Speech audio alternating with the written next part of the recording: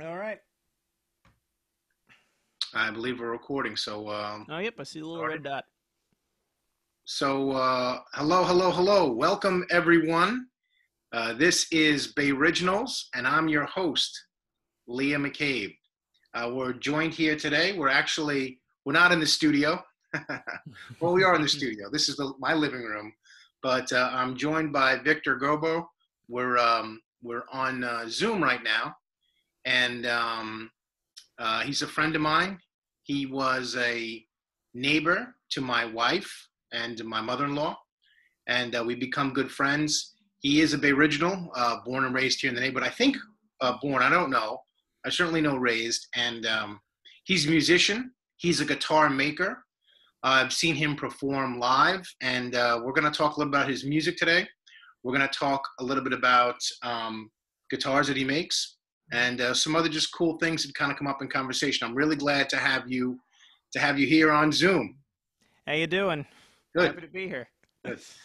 Happy to be virtually in your home and likewise. We were just messing around with the audio. You're pretty good with that stuff. I have a MacBook Air that I'm using, and so I don't know what the audio is going to be like as this eventually plays on the podcast. And we'll try to upload this video to YouTube as well, because I think it'd be cool to see you play. But so I don't know. I don't know how this is going to sound. But we're going to try our best. We usually do this like in one take. So I mean, so from doing similar experiments, playing live music on Zoom and other online platforms, I mean, it's you just kind of say a Hail Mary and go. You right. just hope for the best, which I was chatting with some other acts, and we were kind of, doing these has been it's been kind of frightening because it's a whole new platform and you can't hear yourself. I mean, that's one of the really kind of difficult things about these platforms is that what you're hearing on your side and what the audience is going to hear when this airs isn't what I'm hearing in the room. But then we kind of realized that how is that any different from any of the live gigs that we've done in the trash bars around the city? Yeah, generally speaking, there's a vortex where you have the monitor jammed in your face and you can hear the lead guitar really well and you can hear this and that. But then when you get out there, they're like, oh, we couldn't hear half of what you were hearing. So um, there's some sort of comfort in it being basically the same. It's just on a different level. The game's always the same. It's just on another level, and this has been the fun of this year is navigating the digital world. Yeah, Um, really, in a big way. I know we're just kind of going to jump into things. I've got some stuff written down mhm. uh, about introducing you and talking about the show, but let's just kind of jump right into that. Yeah, sure. I noticed on your online profile, Hmm. you're really pushing sort of your digital presence a little bit more, Hmm. and Hmm. I think it's cool. A lot of the stuff I've seen you do is pretty creative. I think you're a very creative guy, Thank you. and I think it's working for you. But Mhm. talk about that because you are a live performer, and I've seen you play live. I think it's just a great vibe, and this is kind of a new thing. Now, hopefully, we kind of go back to that, Mhm. but this is going to I'd stay like local. that. It would be nice. It would be Yeah, nice to do the thing that I've dedicated my life to, right. and it not actually be against the law to do it. Um, it's been really weird. I mean, especially the type of music that I play, which is folk rock Americana when I'm with the band, and then singer songwriter and the kind of folk element. It is an in-person type of art. I mean, part of that is the experience of being able to play to other people. That's the whole tradition of it. And I mean, and the style of music in both with the band and when I'm by myself is a bit of a, kind of a nostalgia trip in a way, which, there's a lot of artists thrive online and they, thrive on TikTok and stuff like that. And the type of music that I do doesn't always necessarily translate to those mediums. So it's been kind of I've always been part of the game now is social media. I mean that's you have to be a jack of all trades. You have to be your own promoter. You have to be your own manager. You have to be your own everything at this point. But um, and I'd never really kind of dove full force into the social media aspect of it because I play guitar. It's not my, I can, I am. I pride myself in being able to make stuff, but the stuff that I like to make is the art that I'm going to be performing for you live. And this has kind of been, you're just getting hurled into it. It's, the main way that I did my thing is gone. So it's just finding new outlets for it. And the first one that I did was an artist. Her name is Kat Minogue, and she does an event called Live Music Mondays that went on in the Village, and I was actually scheduled on the first when everything was basically shut down. That was the day that I was supposed to be playing at her Monday night event. And the following week, she just sent me a text message and said, like, hey, we're going to try this thing online. Do you want to try it? And I had, like, forgotten that I played guitar at that point because everyone is just freaking the hell out. And I'm like, oh, right, that thing. And it really helped keep me sane, because part of the reason why artists do stuff isn't always for fun. It's because we can't do anything else. And we have to do it or we go crazy. And part of working out songs and new material is being able to play it in front of people. You can gauge their response, if they laugh, if they, depending on how engaged they are, is how I decide what I'm going to record next, what I'm going to bring to the band. A lot of how I worked out my full band material is by playing it solo acoustic for people in smaller venues. And it was, as soon as I started doing that, I remembered, like, oh, right, this is a way to connect with people. But again, it's weird because you don't see them. Right. They're not there. Right. You don't hear it. So it is very kind of disjointed, and it feels funny, and it's taken a while to get my sea legs in terms of being able to just play for a piece of whatever this is made out of, metal and plastic, and kind of try to feel that, and I myself am not,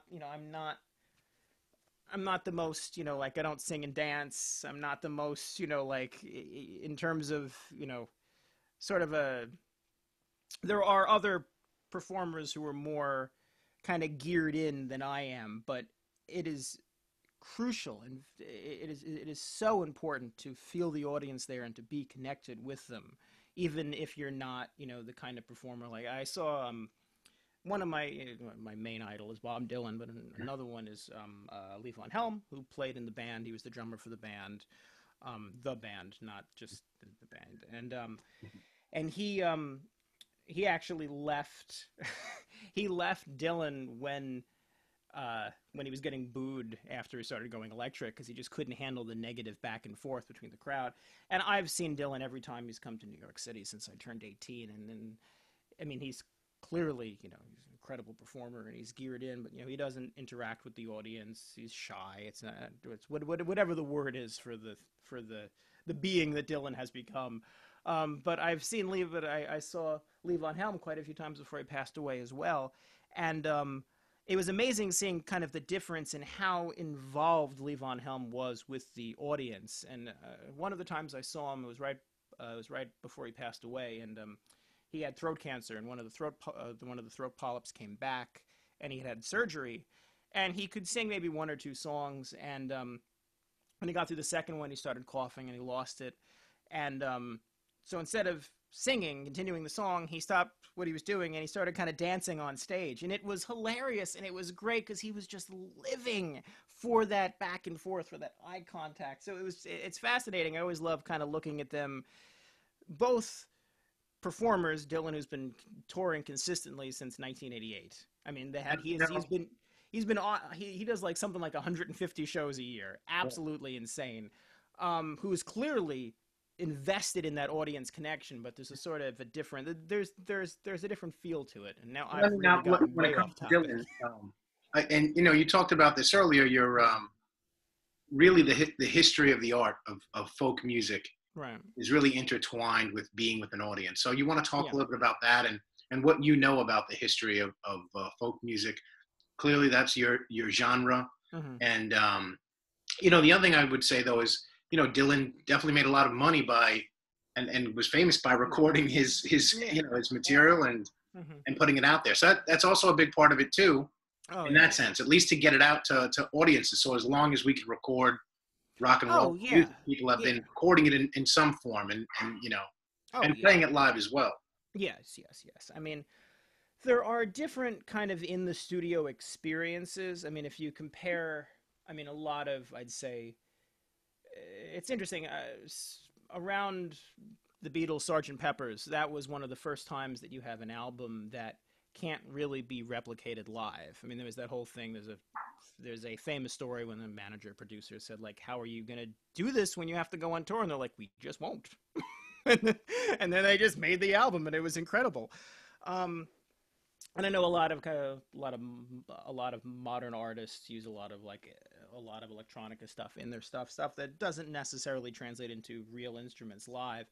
And I mean, a lot of the stuff that I do in the studio is kind of live in the sense that we're all playing together, and then we'll rip some tracks out and put some stuff on top of it. But it's a different.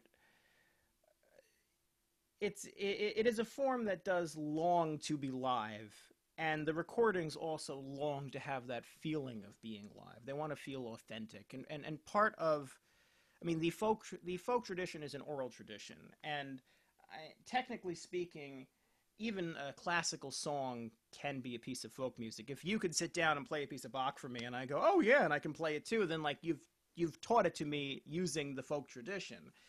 And I mean, it's oral, it's word of mouth, and it's from people sitting down together playing music. And it's weird that we don't have that right now. But I remember there was, actually back to Dylan. I was on some Dylan forum on Facebook, and someone posted, do you think he'll ever play again? And some people were commenting and kind of trying to clarify, like, do you think live music is gone, or do you mean Dylan will ever play again? And I chimed in and I said, like, well, Dylan's going to play until he's gone. Like, that's as soon as he can get back out on the road, I'm sure he will. But as far as live music goes, we've had plagues. This is just our first plague. Yeah. I mean, my my great aunt and my grandfather on my dad's side lived through the last one. I mean, it's happened before, and it'll happen again. This is just ours. It's the first one in our lifetime, in our Is it kind of informing collective your memory. art at all? Do you think it's influencing the art in any way? Are there going to be a lot of stories to tell about this? And is that going to be part of maybe the brighter side of all of this? I think It's so. a tough time, and tough time Yes, sometimes yes. creates good art and good music. It's interesting. I was one of the.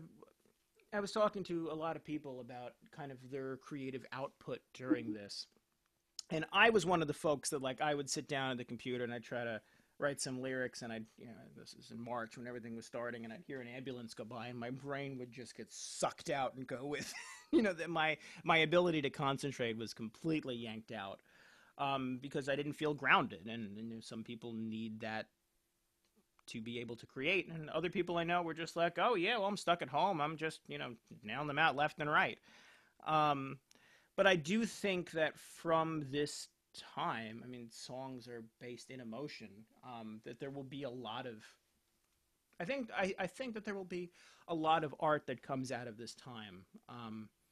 And I mean, I'm hopeful. I have my fingers crossed that we will have our own Roaring Twenties, that we will kind of exit this, and there'll be a kind of renaissance of live culture. Because even beforehand, I mean, I'd often say, if I didn't have to go to the show, I wouldn't have gone either. Be staying home watching Netflix, being lazy. It's very compelling. I mean, we have everything right here. I mean, it's a so I completely understand being sucked into things and not wanting to go out. But I feel like now that we've been now that we've been stuck here, I wouldn't be surprised if there's a new sort of call within all of us to go to the local bar, go to the theater, and see some real traditional acts. Yeah. So talk to me about what drew you to folk music. For the people looking, they can see you the way you're dressed, certainly in a folk style. But if you're listening at home, you've got a really cool hat on. Always have cool hats. You've always got a great style. You remind me a lot of my Thank you. dad. I have, and you played at his you played at one of the runs we did That was a for lot of my fun. dad. And it's That was a lot of funny, fun. the silhouette that we had designed on the shirt is him with "You've got long hair." My father had long hair. He had a hat just like that. He was a creative guy. He actually made his own hats. He made a lot of his own Oh, stuff. that's really cool. And Huh. I at the time I told you it was very fitting because my father loved folk music. He was a product of the '60s. He had been to Mm, Woodstock, and he also liked bluegrass. So folk music also mm, in that mhm, direction as well. He was a big fan of Doc Watson and just kind of playing a lot of bluegrass around the house, mhm, which was really cool. And his interest in folk music sort of took him down that path. But also, oddly enough, he was in the 101st Airborne, and mm, the Air Assault School, which is their sort of boot camp, is in Fort Campbell, Kentucky. And mhm, when he was down there, he just kind of hanging out with some good old boys, I guess, and kind of fell mhm, into it as well. So that kind of tied him to that. But it was a lot of folk music and a lot of cool stuff in my house here in Bay Ridge, right? mhm. And my best friends down the hall were Puerto Rican. You've got like salsa, you've got music down Yeah. here. You had the sounds of the mosque up on 69th Street. So it's Mhm, kind of this cool eclectic mix of music. But to be honest, you heard a lot of rock and roll, you heard a lot of hip hop, or even the mhm. people, my other friends, parents who listen to rock and roll, it wasn't necessarily folk rock and roll. So tell Mhm. us how you came into that. Um, let's see, where do I start? I was And born Bay in a Ridge, log did cabin. Bay Ridge play any part in that, or was there any kind of scene? Is there a folk scene in Bay Um, Ridge? well, I would say this, which is, I mean, my introduction to folk music, growing up, when I was really little, which I have no actual mental recollection of this. Um, but the only thing that would make me fall asleep when I was a baby was my dad would put Bob Dylan on, and it was the Traveling Wilburys album and a couple of other stuff that had just come out, and that was the only thing, the only thing that would make me concentrate enough to fall asleep. Um, and I mean, the thing about folk music is that it's really narrative based. It's telling a story, and that's what I love in songs in particular. I appreciate songs that don't have any words or lyrics. It's just not my cup of tea. The thing that I really love is I pride myself in being a storyteller. At the root of it, that's our job. Is we're telling a story, and it could be a very direct story. I mean, if you think about a lot of early folk music, and also it translates into rock and roll and any style music. I'm telling you a story. And one of my favorite songs, it's called Love Henry. It's an old folk song, and narrative is super clear. It's about a woman. She has a scorned lover. She kills him. She throws his body in a well, and then she goes crazy. It's just, and then it's very matter of fact, and it's on the money, and it has a, it's I really like it because if you think about a lot of even like early Greek myths and stuff, like this very clear physical retribution, and this one's like a mental retribution. She's sitting there and she becomes convinced that her parrot's going to tell people that she committed the crime, and she's trying to coax it to come out of its cage so she can kill it too. And Let that's me, a I just story. want to interrupt one thing. I don't know if you can hear or the audience can hear. I've been trying to mute my microphone because one of the sounds we have in Bay Ridge a lot, obviously, with this garbage trucks, Yeah. we have these cars zooming by, Oh, you get Ridge those too. Boulevard, 6th Avenue, 5th Avenue, 4th Avenue. So, Ever since the pandemic started, every night at 10:30 on the dot, a motorcycle goes by top volume, the whole house shakes, and that's how I right. know it's 10:30 at night. That's It how I really know is. now. It's insane. It's It's really got to, cool. and it's a definitely new thing where they mess with the catalytic converter and Yeah. create these crazy explosive sounds. And it's like, I guess, a cool thing that that is like some kids have picked up. Like this is the Yeah. Fast and the Furious or something. I don't know. They're all gonna be deaf in like eight Oh, it's minutes. horrible. It's horrible. And they're racing too. Aside from the danger, Mhm. to tell I'm getting older, but No, I mean, not damn it also drives me traffic. nuts too. I mean, I mean, part of it is as someone who plays music, Mhm. these are incredibly important. Yeah. I did one show, and I remember I now play with them ear attenuators, which are Mhm. basically set up so they can let in the sound, but also block a lot of the kind of negative stuff that'll blow out my eardrums. Mhm. And I did one show at the Living Room, which is a venue in Manhattan that's now closed, one of the many that we lost. And the stage is really it's a nice wide stage, but it's very narrow. And as the front person, I was right in front of the drums, and every time I was just. I remember getting home and sitting on the couch and just listening to that whoosh whoosh whoosh in my ears, and I'm like, okay, something's got to change because this is all going to be gone in a couple of years if I don't do something. Um, but I even use them on the train. Not that I've. So Tried. Mhm. what is your favorite or most enjoyable experience about playing live, and what do you miss the most right now? Um, well, again, it's being able to actually connect with people. I mean, part of the great thing about this type of art is that it is a type of art where you can get that immediate response. I mean, when you think about, I mean, I feel like all forms of art are connected, and even a painting, a photograph, a story, a poem, it's about your relationship with that piece. And what better way to actually see how it goes if you're actually right there? um, and I mean, I never really thought that I was going to play music. I loved to write, but I almost feel like I say a lot. Singing a song is almost like cheating when it comes to poetry because it's not just what you say; it's how you say it. If your voice cracks, if you put your emotion here, you can double talk, you can back talk, just depending on how you say any given word. And that's if you pick an artist like, let's take Neil Young for example. Like if you actually read some of the lyrics of his songs, like Big Bird Flying Across the Sky, like it doesn't necessarily hit you, but when you listen to him sing it, it can just go right through your soul. And so it's you have a level of control and also a level of very immediate reinterpretation, which I don't think is relative to um, just to singers. I think that all artists, in some way, kind of work on themes and ideas. They do covers of their own material. If you look at Edvard Munch's Scream, I mean, he did a series of those. You can see a version of him on the boardwalk. You can see other, different colorings and versions. Artists have a tendency to get an idea and they work on it and they work on it and they perfect it and then they hit it and then they might move on to something else or come back to it or reinterpret it in a way. Dylan is one of the reasons why I love Dylan is that it's such a great example because we don't usually have artists, especially from the 60s, who have lasted this long and are still creating.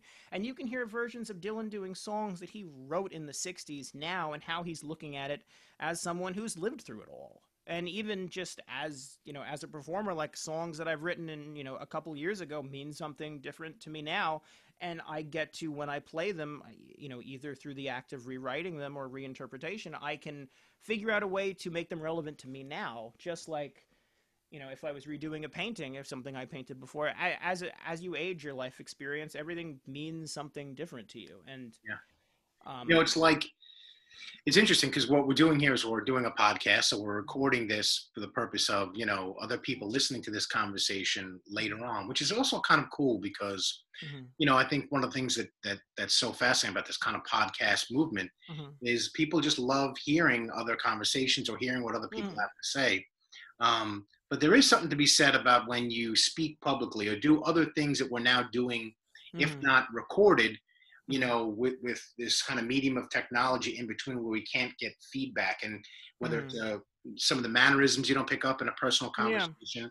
yeah. We have business meetings now. We're on Zoom, or I'm actually taking some online classes, Oh, and cool. there is something to being in a classroom setting where you really can pick up. And like you Yeah, said, where it's the artist or the professor or someone mhm. that's feeding off of the response Yeah, live yeah, as it happens in yeah. a different way that you lose kind of So online. there's a sort of cosmic subtlety of it all that's lost in this because I mean we are social creatures even if you define yourself as someone who's shy or antisocial or doesn't like to be out for this long or this and that like you do we need it. It's what we are. Like we Yeah. are all beholden to you know our core, our DNA. We have to we do long to be around people, and that's why I mean as again like as a performer it's weird to not be able to do that. It definitely changes. You have to rely more on your kind of internal clock Right. sort of way. and I think it's going to create some really interesting art because I mean I there's there's an artist that I'm really crazy about. His name is Andre Kertész, who I have a personal connection with because my father knew him and worked for him, and now manages his estate. And he was really famous when he was in Paris in the 20s, and then he came to New York and kind of fell into seclusion. And when that period when he was in Paris, he had all the Parisian cafes, and he'd have artists to work off and kind of bounce ideas of. There was a kind of a community for him to thrive in. And when he got to New York, he was isolated, kind of without a common tongue and without the same kind of communal atmosphere. It just doesn't exist in New York. I mean, like, I do think artists kind of team up and bond. I've always been impressed and happy when I've seen, kind of the musical community in New York and how nice everyone really is. No one's rooting for you to fail. I mean, the audience isn't, the artists around you aren't. But it definitely isn't the same as, like, the golden age of Paris. And his work became deeply introspective, and the photographs began playing off each other because he didn't have that audience to connect with. He didn't have the artists and the people to be able to showcase his own work. And Hmm. I feel like we're kind of in that point a little bit because eventually, the art has to start. If the art can't talk to you, it's going to start talking to itself. Hmm. Um, so, I don't know if that answered your question Yeah, at no, that all. does. And one thing I want to ask too is, tell me about your band and tell me how you guys got started and how that kind of came to be. Um, so let's see. I mean, I started playing solo acoustic shows right around the tail end of when I was in college. I had originally wanted to play in a band because I had no interest in being the front person. I'm like, I'm weird, I'm strange, I make strange noises, I got this face. It's what it does, and um, I was interested in. I mean, my main thing was I wanted to write songs. I like writing stories. I like telling stories. I like to build off of kind of the folk tradition and telling a straight story, or using sort of the 60s revival of it. Kind of, if you think about it in terms of paintings, if you have an impressionistic painting versus a kind of a very kind of literal, straightforward painting, both of them, they have different applications and they're all part of the same thing. Um, and But I tried to team up with some people, and I just couldn't get them to book shows with me. And I was just like, all right, God damn it, I'm going to do it myself. So I went out and I started doing it, and slowly started assembling people. I mean, I am self-taught, so I'm limited to what it is that I can do. And I think the best rule of thumb in anything that you do is surround yourself with people who are better than you and try to keep up with them. So I started, find a guitarist, a bassist, a piano player, violin player. Started pulling people into the orbit, and by 2012, I would say I'd assembled a general arrangement of what I have now, which is a keyboard player. I had a violin player back then, bass, drums, and lead guitar, and I submitted to something at the tail end of 2020, which is something called the NPR Battle of the Boroughs at the Green Space, which was, I think I submitted on like the second to last day. It was, radio was on, radio was on the room. They were talking about it. Somebody said I should submit, so I did, and we got picked. And Now, what did you get picked to do? What is that? it was basically the way that it worked was that you had every borough competing against each other. So you'd have basically like the semifinals. So they had 13 bands from Brooklyn play with a panel of judges, and they would vote, and the audience would vote, and then it went to a second tier. We won that, and we ended up into the top five, and then it became like an online competition, which we were dwarfed by the social media presence of some of the other bands. So I did not think we were gonna pull out of that, and lo and behold, we ended up getting the chance to represent Brooklyn, which was a real honor and a whole lot of fun. and we competed in the finals. We got the basically second prize, which is the Audience Choice Award. Wow. And from that, we got to play at, Brooklyn Academy of Music. From that, which was a whole lot of fun too. I'd have to say, top tier venues. I remember, we were about to go out on stage, and my piano player said, like, it's going to be real hard to do the dive bars next week. And I'm like, oh, we had a green room and everything. It was great.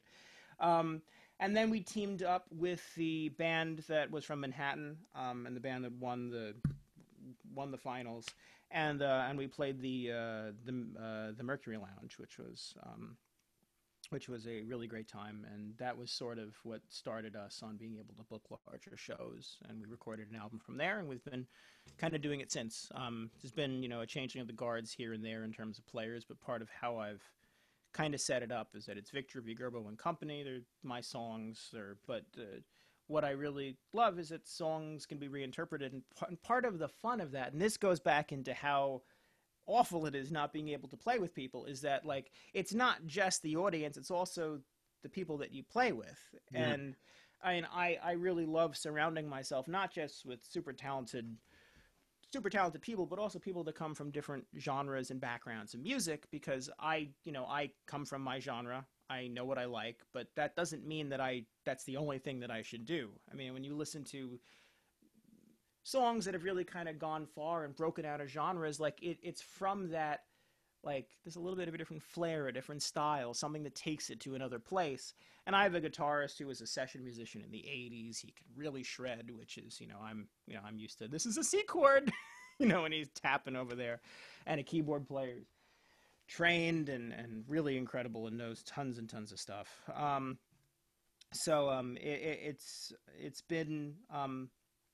It's been unfortunate, because a huge part of the process that I have is I'll bring them a song and they will find a way to interpret it, and they'll hear it a certain way, and then they'll do it, and then it'll bounce back to me, and I'll find a way to fit into it, and then I have something that I never could have made on my own, and that's so much fun. And Right. and that's part of the process. And Let me ask you, just to tie back to something else you yeah. talked about, Mm-hmm. kind of the scene, right? And the scene of you, whether it's dive bars or cafes, there's a Mm-hmm. real history. Not with any band, but particularly I think with folk music and going Mm-hmm. back to New York and playing these small venues. You Mm-hmm. talked about Dylan as being, one of your influences. Mm-hmm. What is that?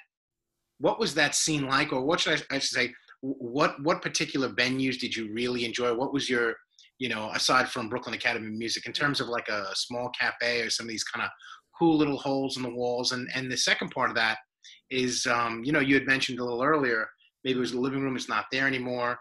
CBGB's not there. I don't know if you've played there, but a lot of these places were gone kind of before the pandemic, and Mm-hmm. now we're talking about our whole world Oh changing yeah. with a lot of these types of venues, maybe. Oh no. I mean, one that comes to mind right away is the Bitter End, which, um, if I'm not mistaken, opened the same year that Dylan hitchhiked his way to New York City. I think it opened in '61 or '62, um, and I mean, that venue's had every single act you can possibly, if you can think of them. It's yeah, like from Bob Dylan to Bruce Springsteen to Taylor Swift to Lady Gaga, comedians too, George Carlin, they've all played there. And it's not just that it's this kind of historical mecca, it's still functioning, and it's still taking on new acts, because there's, like, Cafe Wa, for example, it's still there, but it has a private band, it has like a house band. They're not really taking in any new acts, to the best of my knowledge, unless that's changed. Well, definitely not doing it right now. But the Bitter End, I mean, that was like one of my first reach venues. Like that was a goal that I set for myself. Like, I want to play the Bitter End. A ton of people have started there. I want to get there. And when I actually finally got to book it, I have this very vivid memory of stepping on stage, and I must have looked nuts, because, like, I felt like I didn't have my sea legs. Like, it was a kind of a surreal experience. And I remember hearing the kind of the boards of the stage creak under me, and I remember thinking to myself, like, that's what John Prine, that's what Bob Dylan, that's what, Joan Baez, that's what all these people heard when they stepped up there. And now for that one brief moment, like I'm part of that same Wow. wheel. Yeah, that's And so that's cool. and that's what we all get to experience. And I know there's an artist that I play with a lot. His name is Phil Robinson. He's obsessed with Bruce Springsteen. He also said like it was a very similar experience. He's like, Bruce got to play this stage and now I get to play it too. And such a it's such an invaluable experience to young performers and aspiring performers. And what's nice is that like it kind of becomes a home to a lot of these acts, and a lot of touring acts come through. Like it's still a thriving space for new acts that they'll take a chance on, and also a tier of larger upcoming acts as well. And they were at risk of shutting down. And we did a through that guy I just mentioned, Phil Robinson, and his label Room Full of Sky, we did like an online fundraiser for it, which kept it going. And it's Let, still there now. let me ask you a question. You talk about being in, in the company of the greats, sort of in the same hall Mm-hmm. or the same place, and there's that feeling you get, and Mm-hmm. I can connect that to other things in my life Mm-hmm. as well.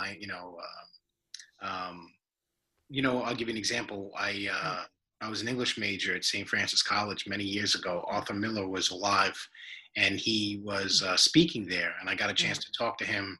Mm-hmm. Um, I had a copy of Death of a Salesman.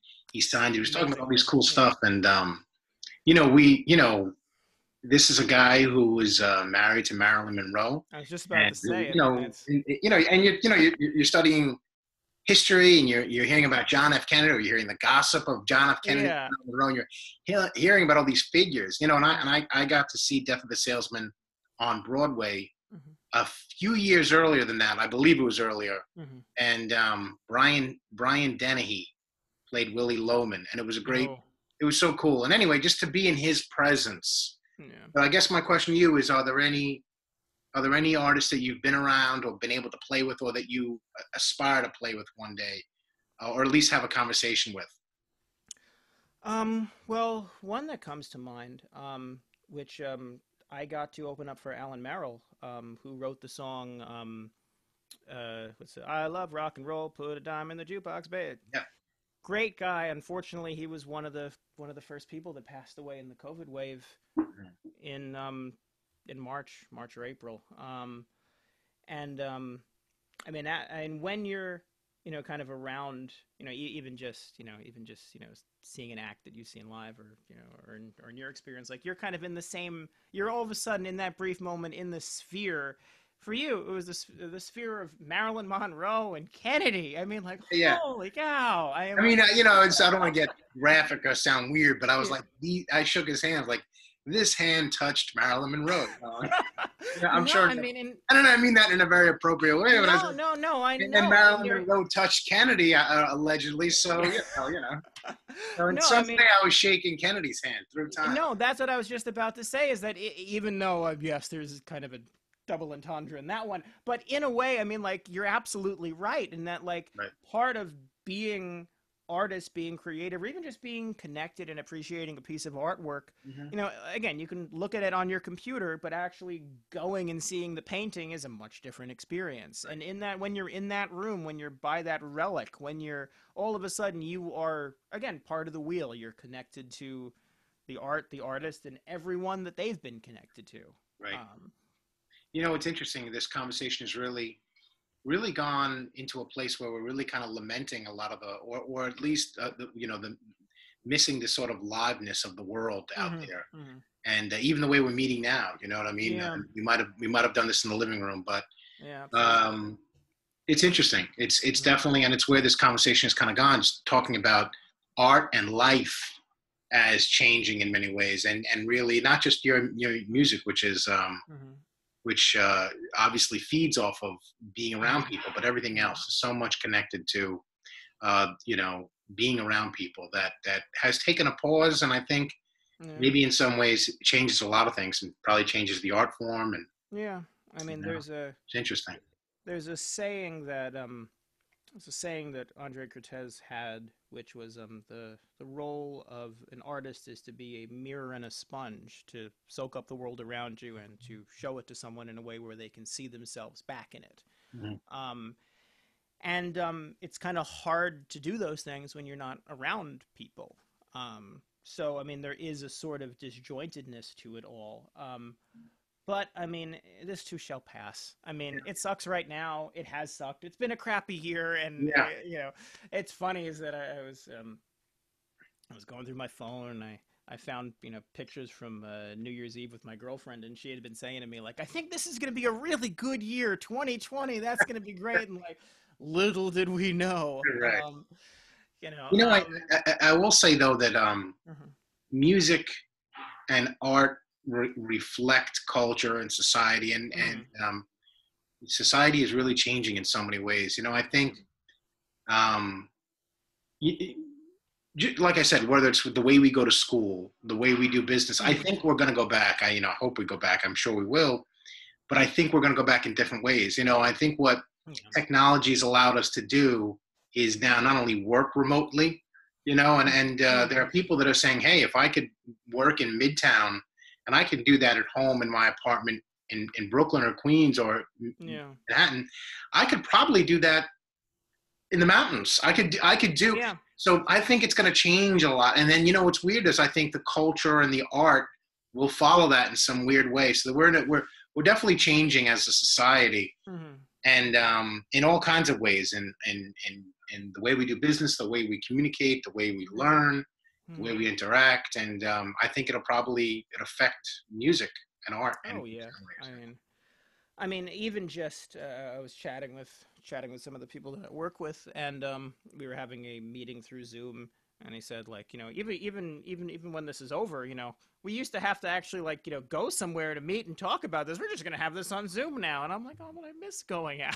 Right, right. I mean. And I feel like that right there. I mean, like, yes, I mean, the world is going to be different for some foreseeable future, and we will be touched by it. Even just looking at like the aftermath of 9/11, like how it changed life and how it changed things, like things that never went back to the way that they were before. I mean, the different Yeah, security measures and stuff like that. And like this, there's going to be a whole ton of things that are just I think public health and stuff like this is going to be on our minds. mhm, Just like prior to 9/11, you never really thought about, at least personally, I never yeah. thought Yeah, about that yeah, kind of yeah. danger. No, I think Um, I think it was you who told mhm, me that when I was talking about we just were talking mhm, briefly a while ago, and you had mhm. said, "Well, I'm getting online now. I'm Mhm. kind of being forced to Yeah. do this, And it's interesting is Yeah. that I'm being forced to use technology. You were just kind of helping me actually Yeah. with some of the sound, but using Zoom Mhm. for my classes, doing things for work, other organizations that I'm a part of that I Zoom into. Mhm. It really is forcing us to kind of get over a technological hump in some ways. Yeah. So I think we come out of this, I hope, with definitely a more blended world, but Mhm. maybe, look, there's a good part too of putting your artwork out there, whether it's this podcast where Mhm. people can listen to it in a larger audience, or Mhm. Mhm. doing things that we might have resisted because we were in a comfortable Abs- place, and this pushes Absolutely. us, a little bit. I mean, I think that I mean, I think what's kind of interesting is that I have a couple of thoughts, and they're all going to kind of come out of my head like the Three Stooges and get stuck in the doorway. Um, that the it's comforting in a way. Again, when I was talking about before about how like it's the same game on a different level, that like we've always had problems on stage in terms of busted equipment and something going wrong and the amp bursts into flame or turns into a transistor radio or whatever. um and now we're just dealing with the same thing but on the computer, but also that like it's leveled the playing field because we're all in the same boat. Because I forget the name of the whatever it was a telethon, and they had all these famous acts come on and play music, and one of them was Paul McCartney, Mhm. actual Beatle. And he was experiencing the same kind of Zoom problems when it comes to playing music that I was. And like this, it was clearly his iPhone camera, and he was just playing at his Mellotron, or it was some sort of organy type thing. And there was something very comforting and like, yep, we are working with the same. I mean, obviously not the same brain, but working with the same actual equipment. Yeah, yeah. And there was something very. Don't think for a second I was putting myself on that same level, but it was something very comforting in watching all of these really great acts come up and realizing that they all were completely clueless when it came to like how to work with this stuff as we were. Um, And also I felt like it's given us a lot of permission as artists to kind of throw stuff out there, because prior to this, I'm kind of neurotic. I like to make sure that the art's exactly the way that I want it, and before I put it out as a finished product. So I would always, for every Instagram post, for every, song that I put out online, like, I wanted it to be a studio recording. I really wanted it to be polished, and I wanted to be happy with it, because if it's online, it exists forever. But when this started, I'm like, well, I have no way to, I have this microphone, I have some other stuff. Like I don't have a home studio built in. It's one of those many things that I should have done prior to this starting. Well, Um, and it made me realize that, like, you start seeing all of these artists come out because we all need that connection and need to try our work out and need to keep doing it. And so it's kind of given us all permission to kind of just toss it out there, like, let's see what happens. And that's also kind of what's interesting, is an element of the TikTok phenomena, which I joined it because that's where everybody's going. And even though, like, I don't, like, my knowledge kind of stops at Instagram. Like, I had a great handle on Facebook before they changed the format. Instagram I got. Twitter I don't understand. And anytime I need to meet a new format, all of a sudden I become 80 for some reason, and the computer bursts into flame. But again, just like part of the experience right now is as an artist, you have to be present on every platform. You got to figure it out. You just got to go. And the first one that I did, like, I spent so much time. I recorded it with a real camera. I did one of my songs, or I did a cover or something. I can't remember. It was so long ago. And and my girlfriend kept telling me, like, don't do that. TikTok's not about polished product. It's about just the camera. You don't need a real microphone. You don't need any of that stuff. It's about kind of an immediate, intimate capture, and it kind of is when you think even the goofy, even the kind of the goofy videos. And if you look, like, unless you're wildly famous and it's an ad or something like that, like, the stuff that goes really well isn't that polished stuff. It's that kind of raw, either humor or whatever kind of emotion that someone's conveying to you. And and I feel like it is kind of an example of what's happening right now. Mhm. And yeah, I mean, I've seen a lot of artists tossing stuff out, and again, it gave me permission to also toss out ideas and stuff. So it's allowed me to feel a lot more free on the internet. It's To funny. It's funny you mentioned TikTok. I just set up a TikTok like yesterday. I finally gave in. we'll You know, follow each other. and We will be Christine starts. TikTok Oh, friends. that's like it's supposed to be spying on you. It's owned by the communists, and I was like, yeah, I know, but I got to communicate.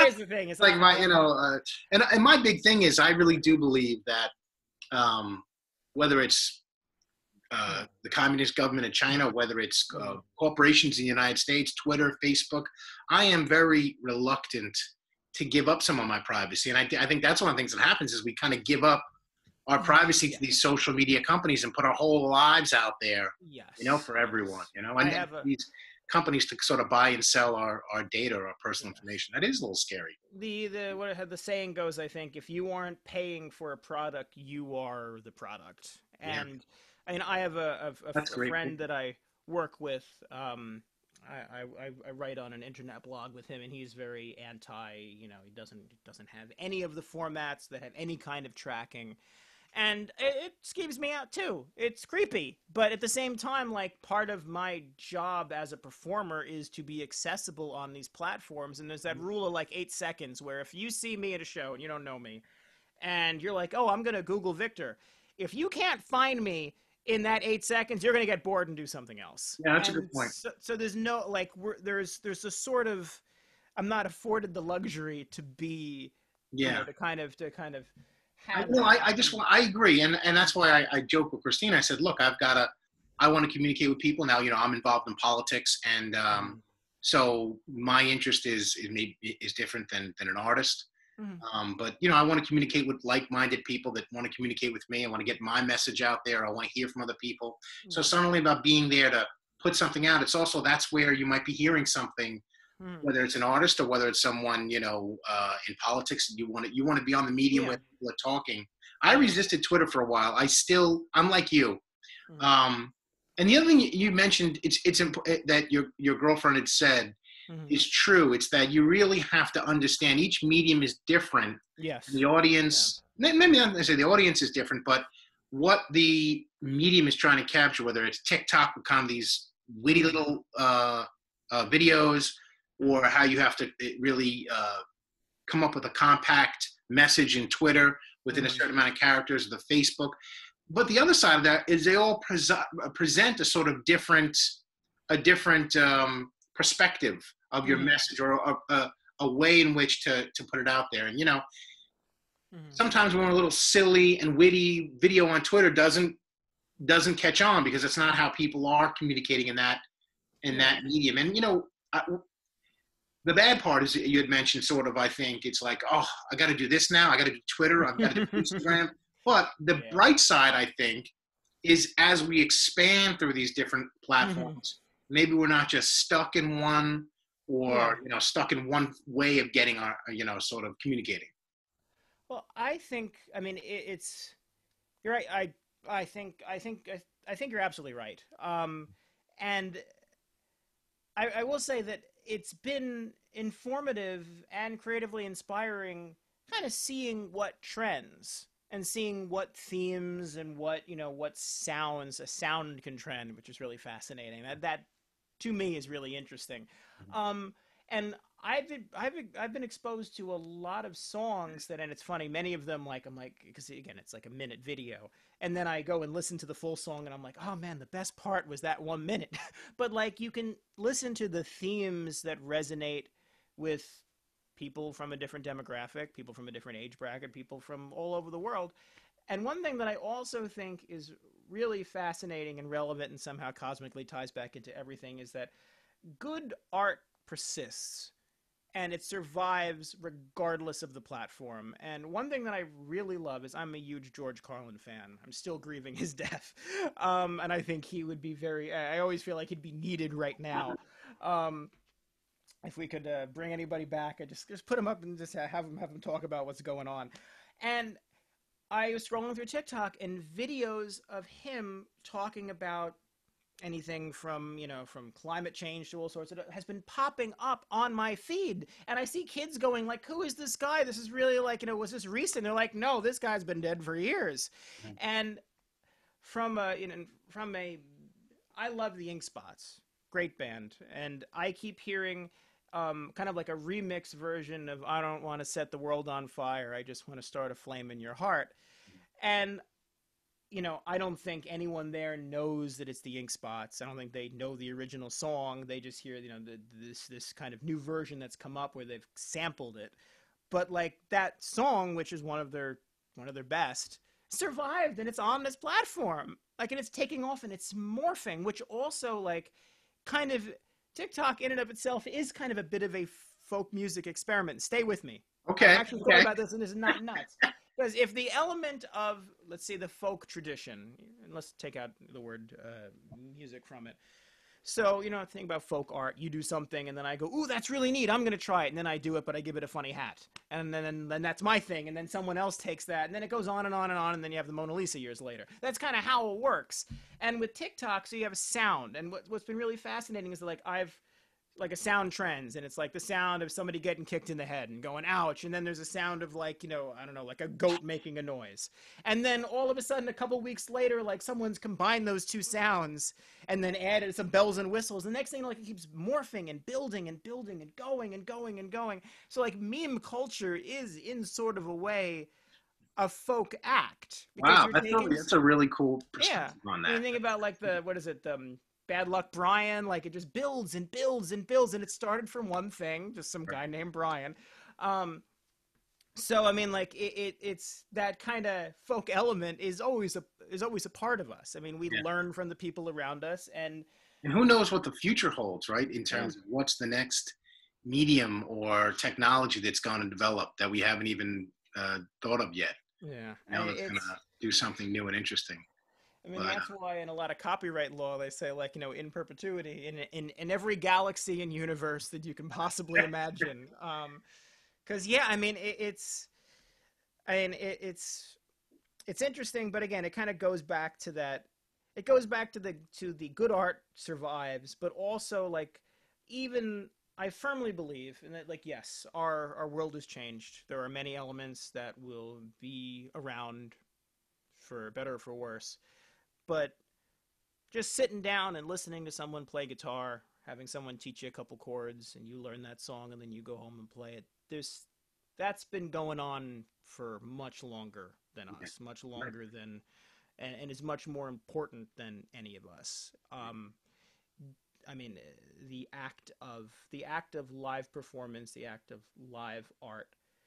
You know, the Globe Theater and further. For as far as you go back, it's there. And again, there's been plagues, there's been all sorts of things, and live music and live art has survived much longer Yeah.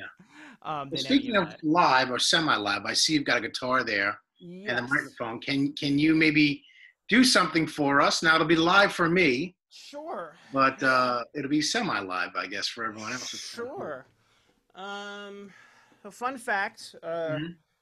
This is a Gibson L1. It was made in 1917, which was when the last pandemic started. And The um, pandemic. yeah, this is my pandemic guitar. And interestingly enough, I've found it's an arch top, which most singer songwriters use flat top guitars that are braced differently. This was before Gibson really knew how to make a guitar. It was a God. Eventually, I used to remember the date, and now that it's late in the night, I don't remember it. But the way that Gibson learned how to make a flat top guitar was they bought a Martin and they ripped the face off and they said, "Ooh, that's how you do it." And then the next thing you know, you have you have their take on it. But this has a floating bridge and a jazz trapeze tailpiece. Robert Johnson also played an L1, but he played one that was a little bit younger than this one that had the set pin bridge. That's what kind of drove me to picking up this. And it's kind of bright and sharp, and I really like it. And for what it's worth, it's been helpful to kind of cut through the demon gods of Zoom because a lot of them get confused when they hear the kind of lower end of acoustic guitars. All right, so I'll do this. This is one of mine.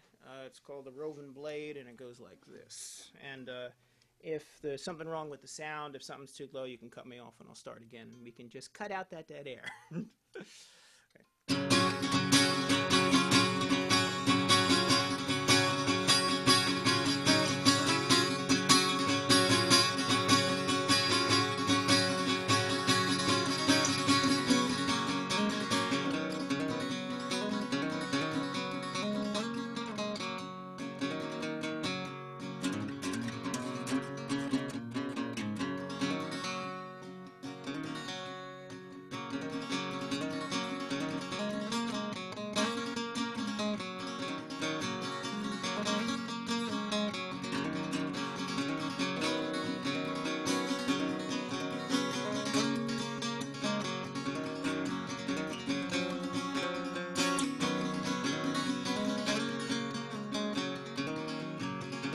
Don't you know, pretty mama, they call me the Roving Blade.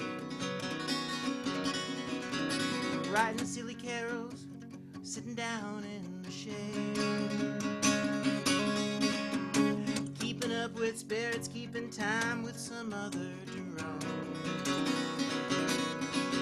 They all talk about me when I come. If you want, pretty mama, I'll stay with you a little while. And I can get lost behind your smile. But eventually there's gonna come a time I gotta hit that old asphalt. And if you say you love me, that's your own damn fault. So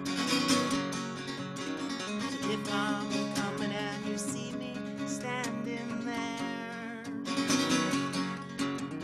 wave your handkerchief for a moment in the air. Oh, I'm a roving blade. That's just how I was made. It's so hard to love.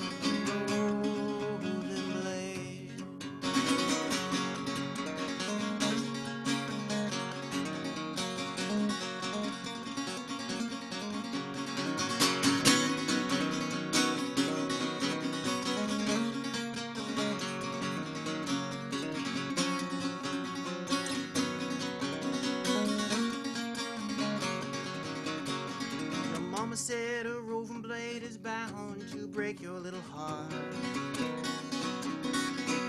He'll get so deep inside you and pick you clean apart. But it's not that the roving blade is trying to make you blue. It's just that's all the roving blade knows how to do.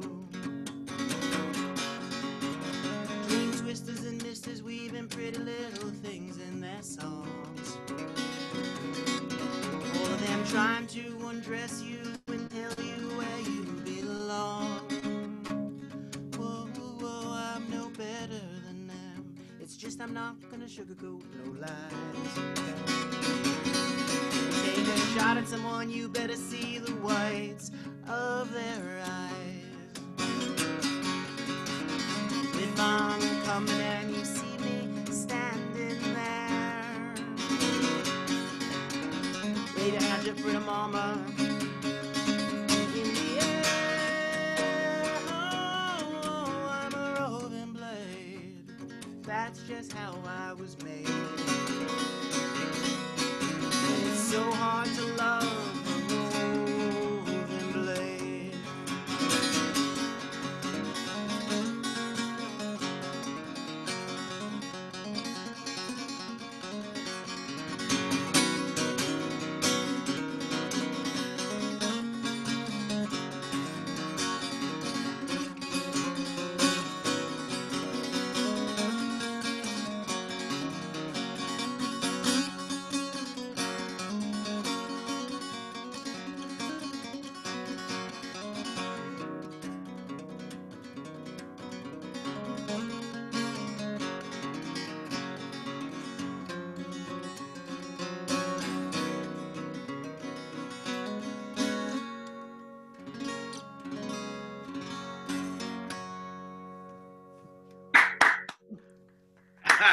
That was excellent. That was Thank you. phenomenal. I haven't been playing songs this late at night normally, and I feel like I'm back at home. Normally, being up this late and playing songs this late it wasn't uncommon, but it's nice to be back. Um, It's really great. Thank you. Do you want more, or do you want to talk? Tell me what to do. Let's yeah. Why don't we you want to talk a little bit and then we'll maybe we'll Sure. play another one. Yeah, it sounds good. I'll make sure that's in Well, too. because Mm. um I wanted to talk about just we talked a lot about music and we talked a lot about Mm. your performance, but you're an artist in many different ways, and you really Mm. are. And I've I mean, we skipped past a lot of it, but I met you through my wife Christine, who was your neighbor, Uh-huh. and we've been pretty good friends, and Mhm. we've done some stuff with graphic design, but I've Mhm. always kind of just questioned, your advice in terms of Mhm. anything artistic. You Mhm. played at the race we did for my father. I Mhm. think you've even got me some headwear.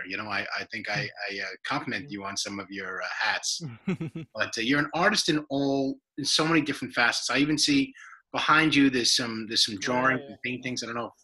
yeah. Is that a lot of your work as well? Yes, when I was a double Wow. major in college. I was an English BA and a fine art BFA, and one of my projects was I took all of my notebooks from from like early high school up through college, and I always doodled on the margins. That was kind of how I took notes. So Okay. even in that, I can see classes that I took, and I always kept the notebooks because I'm like, what the hell do I do with it? And I decided to take the take the studio space for you had to basically put on a show to graduate, and I took the wall and I just coated it in my art and made like a mural.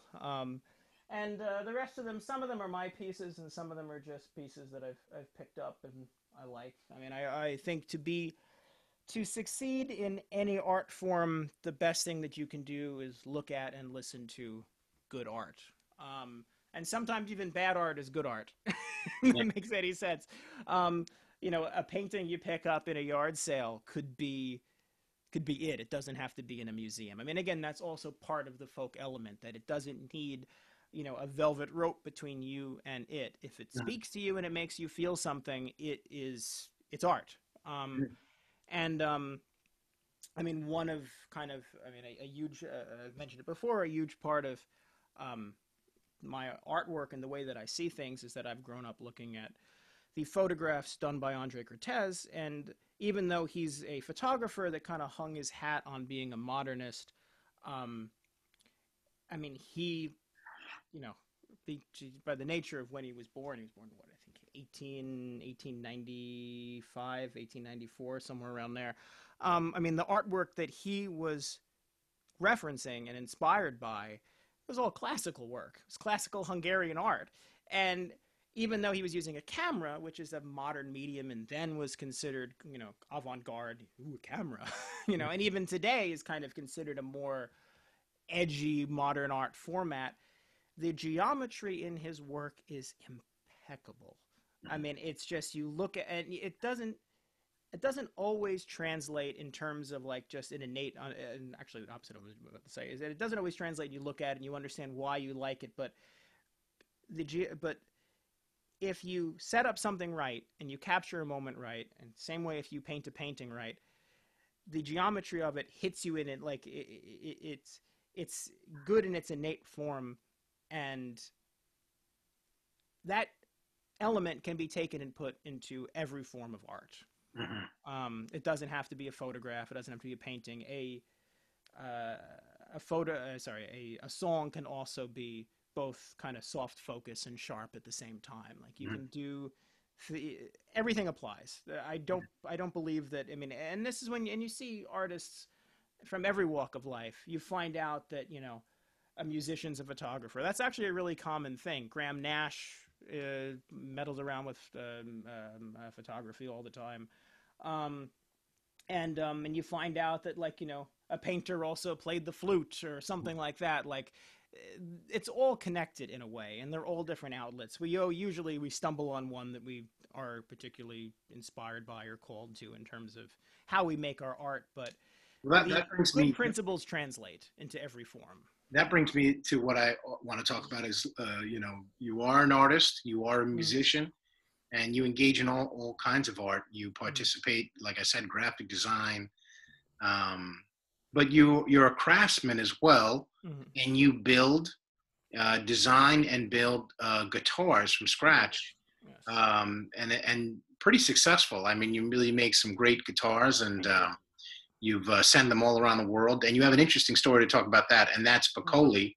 Mm-hmm. Um, Golden Guitars, and that's Yes. your middle name, right? And you we were talking about that Yes. earlier Yes. about Yes. that's your Yeah. No. My mom's last name is Vocally, and she's Italian, and uh, I all of my it's as it sounds vocally.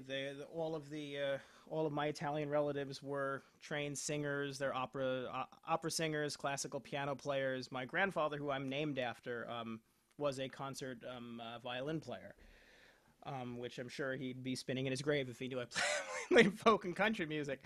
Um, and it's funny is that I was so thrilled when I got to play at Brooklyn Academy of Music, and I haven't really formally announced this anywhere, but I'll tell you.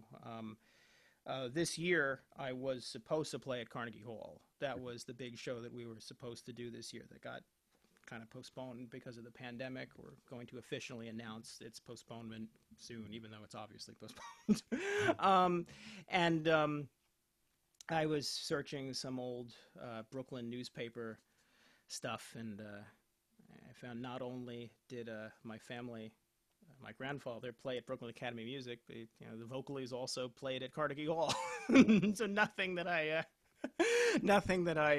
ever did. That's also part of the nature of, the nature of art, the nature of folk music. Nothing is ever 100% original. We're all building off of other things, but I thought it was so funny. I'm like, ooh, I have this thing that's gonna be fun, and I'm like, oh, nope, they did it. And yeah, no. So I they moved to Bay Ridge in the 1920s. My great grandfather emigrated from Italy, I think, in 1880. But I believe they came to New York, but they settled in Bay Ridge. When my great aunt moved here, Our Lady of Angels was called the Church in the Woods. best of my knowledge. Um, and um, and That's interesting because I went to OLA, so I'll have to really, remember. my mom also went to OLA. I mean, Pitch in the woods. my my dad's dad emigrated from Norway in I think 1927. Also came to Bay Ridge. So I've and I've born and raised here. I mean, I was born in Manhattan, but Mhm. I've lived here all my life. And So yeah. Anyway, back to the guitars. So I mean, there's no more male vocalies, so I wanted to keep the name alive in a way, even though there's still a bunch of them over in Italy. There were two brothers. One came here, the other one didn't. Um, and I also wanted to pay homage to them. Um, I never got to meet. I never met my grandfather. I never met any of the performers. But when my father was talking to my great aunt, and she passed away at 106, and this wasn't all that long before she passed away. And my dad said that I was in a school play, and they forced me to sing, and I didn't want to sing. I really didn't want to sing, but they forced me to, and it was fun, and I ended up being okay at it. And My dad was talking to her and said like, oh well, he's singing in a play and he's learning how to play guitar. She goes, oh, of course they all do that. That's what they all do. So I didn't really realize it, but it's sort of a family craft at the end of the day. Um, and so yeah, I mean, what drove me to it was always the practical element, which I would say also drove me to singing songs. Is I liked writing poetry, but I'm like, how do I convert this into money? How do I convert this into something that's not that I've figured out that formula perfectly, but I'm like, how do you convert this into a craft? Um, and The same thing with art. I love making art, and I'm like, how do I make something that can really drive with people, that can work for people? Because I mean, at the end of the day, artists are craftsmen. I mean, like that's all it is. We're craftsmen, we're craftswomen. That's what we do. We're making something for someone else to enjoy. And even like the high end galleries and stuff, like a lot of museum culture and stuff has gone a lot into like here's the story. And I remember even being in college, like your BFA, like you had to have this big grandiose statement. And I'm like, but is it good? Like, does it look pretty? And it's like, oh well, they all have to connect. I'm like, but is it good? Do you like it? Is it pretty? Well, let me ask you this. I mean, you said you were a self-taught musician. I mean, you can understand how someone picks up an instrument. You Mm-hmm. talked about the process of finding bandmates and Mm-hmm. hustling to get gigs. How did you build a guitar? What made Well, is it trial and error?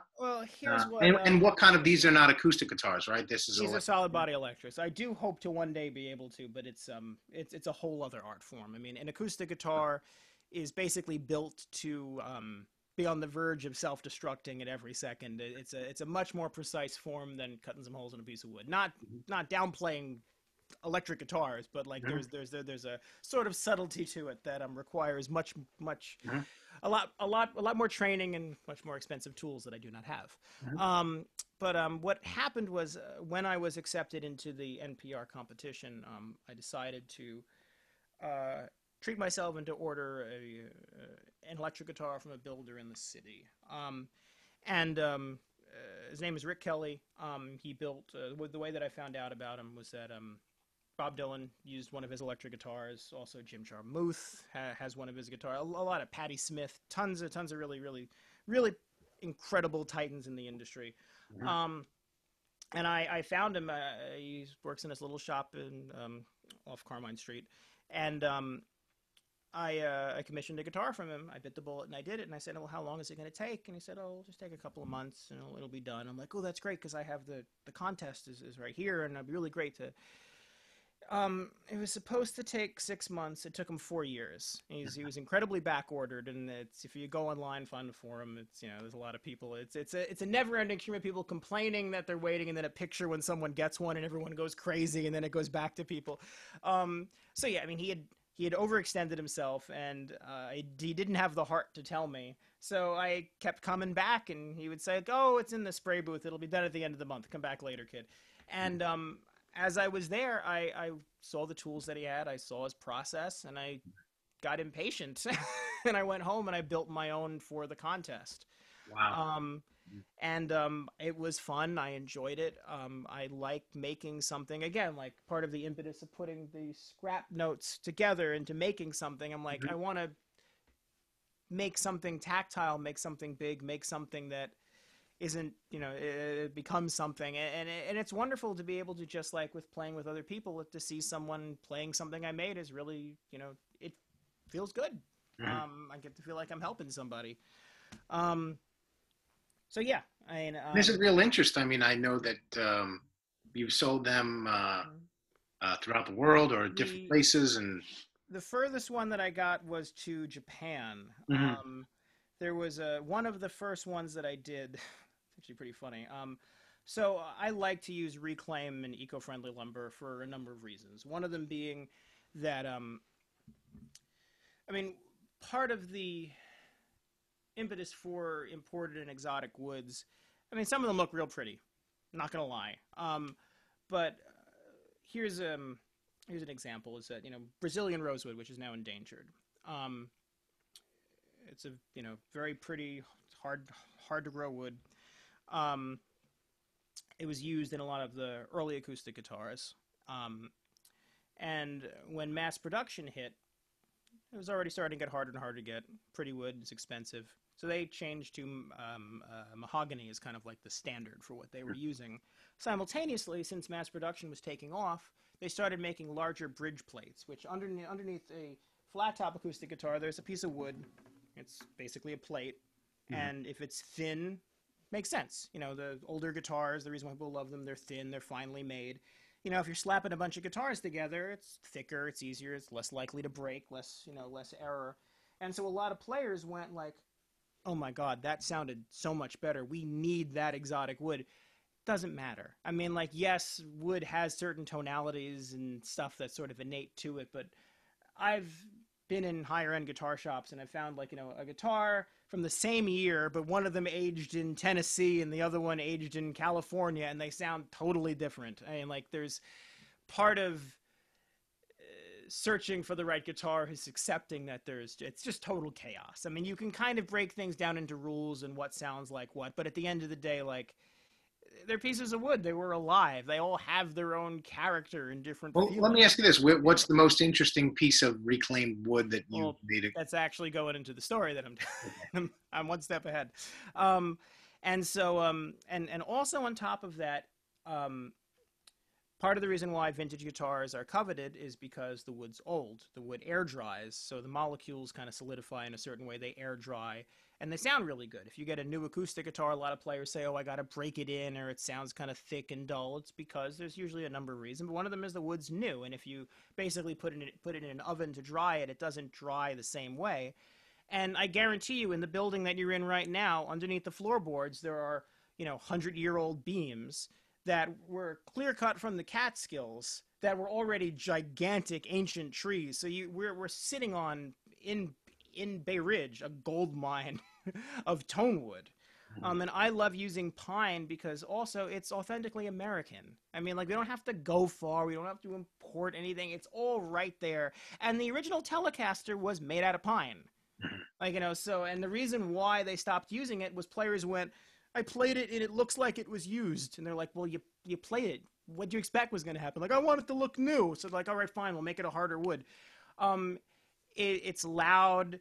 It sounds like a cannon. It's great to work with. The caveat is that it dents a little bit easier. But what I always say is that unless you're doing what Keith Richards did, and there's one video, you should look it up. It's really great. He's on stage and some crazy fan gets up. He's playing his Telecaster. He takes it off. He spins it around, cracks the guy on the head, and then keeps playing the solo. Unless you're doing that, you should be fine.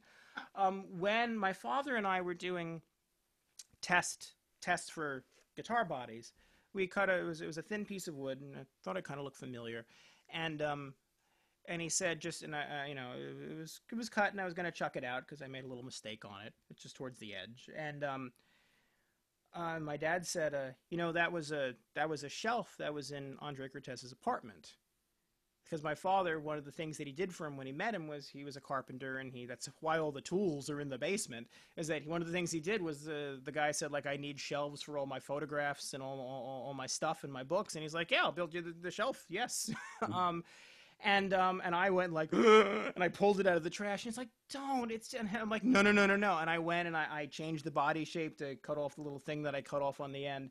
Mhm. And I made a piece of wood I made a guitar that was technically in Andre Cortez's apartment. It, and there was a guy that contacted me who was in Japan, who was a huge photographer, aficionado of Cortez, and was also an amateur guitar player. And he was like, "This is my dream instrument." So Wow. I sent Yeah. it over to him. But I was really happy that it went to someone that, um, I was really happy that the stars overlined, because you don't usually get like an obscure, Yeah. an Yeah. obscure artist in the terms of like, there's, That is so many, like you said, so many layers yeah, of art. yeah, I know. Right. So the planets aligned for that. So that's as far as that one got. I don't know if any of the other ones got further. But the thing is, that's also neat, is that you don't really know. I mean, like on Yeah. occasion, I'll look on eBay and be like, "Holy crap! How did that get to Maryland?" or something Right. like that. Well, Um, if people listening or watching want to take a look at some of your guitars, where can they go? They can check out Vocally Guitars, VOCCOLI guitars.com. Also, I'm on Instagram. That's where I religiously post as I'm down in the shop, and I just take a picture of what I'm doing. And from that webpage, you can link to my, it's called Reverb, which is one of the ways people sell guitars. And you can see stuff on there. So, yep, all And over what the about some of you were talking about TikTok? Do you want to plug any of your channel? Again, just Victor V Gurbo, VICTOR VGURBO on any platform. You should be able to find me. Even Twitter, which I'm not good at, but if you wanna, if you wanna see my lame tweets, you're more than welcome to. Um, yeah, it's the same. It's the same handle on TikTok and Instagram and all those. And TikTok has been fun. I haven't posted anything recently, in part because my cell phone camera's on the fritz. But one of the things I do on there is I uh, as I was talking about before, I foolishly spend my money on vintage guitars, and I know a lot about them, so I'll pull one up and chat about it. And so that's a lot of the content on there. I have a guitar that is my mom had passed away, and Hmm. she had had some stuff that her father had given to her, and somewhere in the family there was some guitars, and Hmm. I have them somewhere, and I've got to get them over to you on to see, and you take a look and what you think about them. Yeah, no, absolutely. If you're Even if it's interested in just them, or certainly Yeah, plan. no, I mean, I'd be happy to tell you about what they are and what they Yeah. do, because I mean, and even if you're ever thinking about playing, I mean, one thing I always say is that the biggest detriment to players are poorly set up cheap guitars. And I mean, and it's so tempting. I mean, you see a guitar for $100 in, like, Sam Ash or Guitar Center, but the problem is that, you know the neck if the neck warps and you start getting pressure back, it becomes hard to play. And I gotta say, as I was learning, I had, a cheap Yamaha, and I was like, I'm terrible at this, and I was. But but a huge part of the problem was the guitar wasn't set up properly. And keeping your instruments set up and easy to play is really crucial. I can't stress that enough, especially for new players, because it's so easy to get discouraged. And it also kind of goes into the impetus that I had to make guitars, because all of my guitars are 100% one-offs. Like, I don't have like a model or one. Like, I mean, I have like a shape that I'll keep doing, but I always cut it by hand, in part because I want them to be 100% original and different, so no one is in any way the same as What the was other one. the violin, the Stradivarius? Was that was one of the famous violins? Were they originals, or were they? I know they were Uh, handcrafted. yes, I mean, violins are. buying a violin at a yard sale is like buying a lottery ticket. I mean, they're fascinating. I know very little about how to play violin, other than it's tuned like a mandolin. But I mean, I mean, to that point, to your point about it being an individual oh instrument, yes, it goes back into that. everyone is handcrafted and one of a kind in Yes, that way. yes, and I mean, there's a sort of guitar lore that goes back to, I mean, I argue it goes back to Excalibur. I mean, like, we all kind of like the notion of, like, we need to read the Lord of the Rings and stuff like that, even, like, and our other archetypal stories like Star Wars and stuff, like the weapon used by so and so and whatever, like. And then you think of like the great lost guitars too, like Robert Johnson, who's the myth of selling his soul to the devil was not his, but really kind of circulated around him. He died young. I think he died at 24. He was poisoned. But a lot of mythology circulated around him, and he was photographed with a Gibson L1 that never turned up again. And a lot of players are obsessed with finding that guitar. Same thing goes for Dylan had a Nick Lucas special that he played and recorded with on some of his earlier albums. It vanished, and I mean, Yep. It's interesting because you just made me think of something. mhm. It's true. A lot of the guitars that are professionally made and by Gibson or some of these other companies Mhm. are maybe mass produced, but they become part of the artist, or they become when Yes, they're played and they become it. Whereas your guitars are literally just one of a kind. So right, you get to skip all of that and right. I get mean, your own. There's nothing like it. But I mean, I remember my father was a big Willie Nelson fan. Willie Nelson Trigger. a lot. Ah, talk about He's that's got the that. other one So on the maybe you can list. tell us about that. I've noticed he's got a hole in the guitar from playing it for 50 years. I think he still has it. He has a name for the guitar as well. Yes, his guitar is named Willie Nelson, and Trigger is another famous guitar combo. Willie Nelson plays a Martin classical guitar that's set up with it's a Baldwin acoustic pickup, which was an early early acoustic guitar pickup. I believe he had a Baldwin classical that got smashed on stage, and when he got the Martin, he brought it to a luthier and had that pickup put into it. And he loved it, loved how it sounds so much that he always says he's going to play that guitar until he's dead. And the day that he stops touring is the day that he can't play that guitar. And that guitar, classical guitars, I mean, it makes sense for Willie Nelson because it sort of has that kind of gypsy jazz sound to what he plays.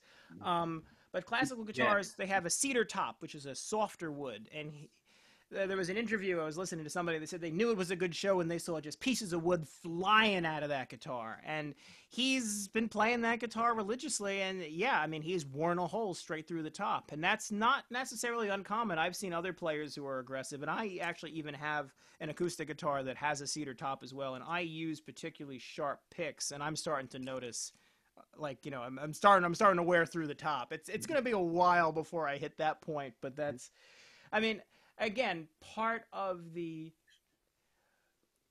a new thing that's kind of burst, not really all that new, but you can spend a lot of money for road worn guitars. So Fender will sell a guitar that will look pre-relict. It'll have all the wear from where your arm sits on the guitar and scratch marks.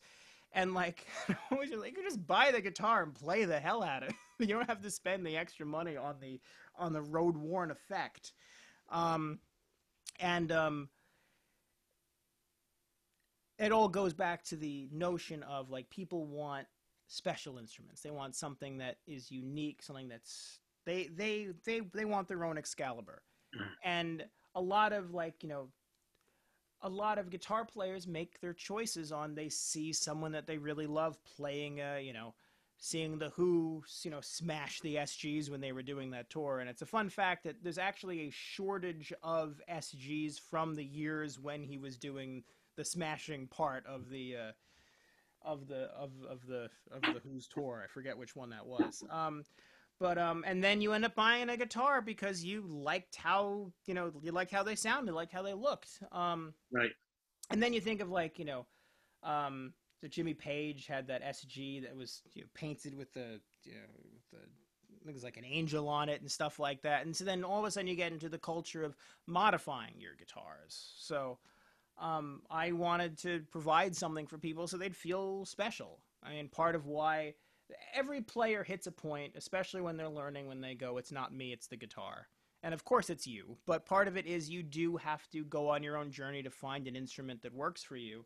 But also, at the end of the day, it also has to be something that makes you want to pick it up. It doesn't even necessarily doesn't matter how it sounds. If it's a if it's a toy, if it's a Squire Stratocaster and it makes you want to pick it up every day because you think it looks cool, that's all that matters. And some people need something that looks unique and different. So I mean, it's mental as much as it is as much as it is what it sounds like. Wow, really cool. Yeah.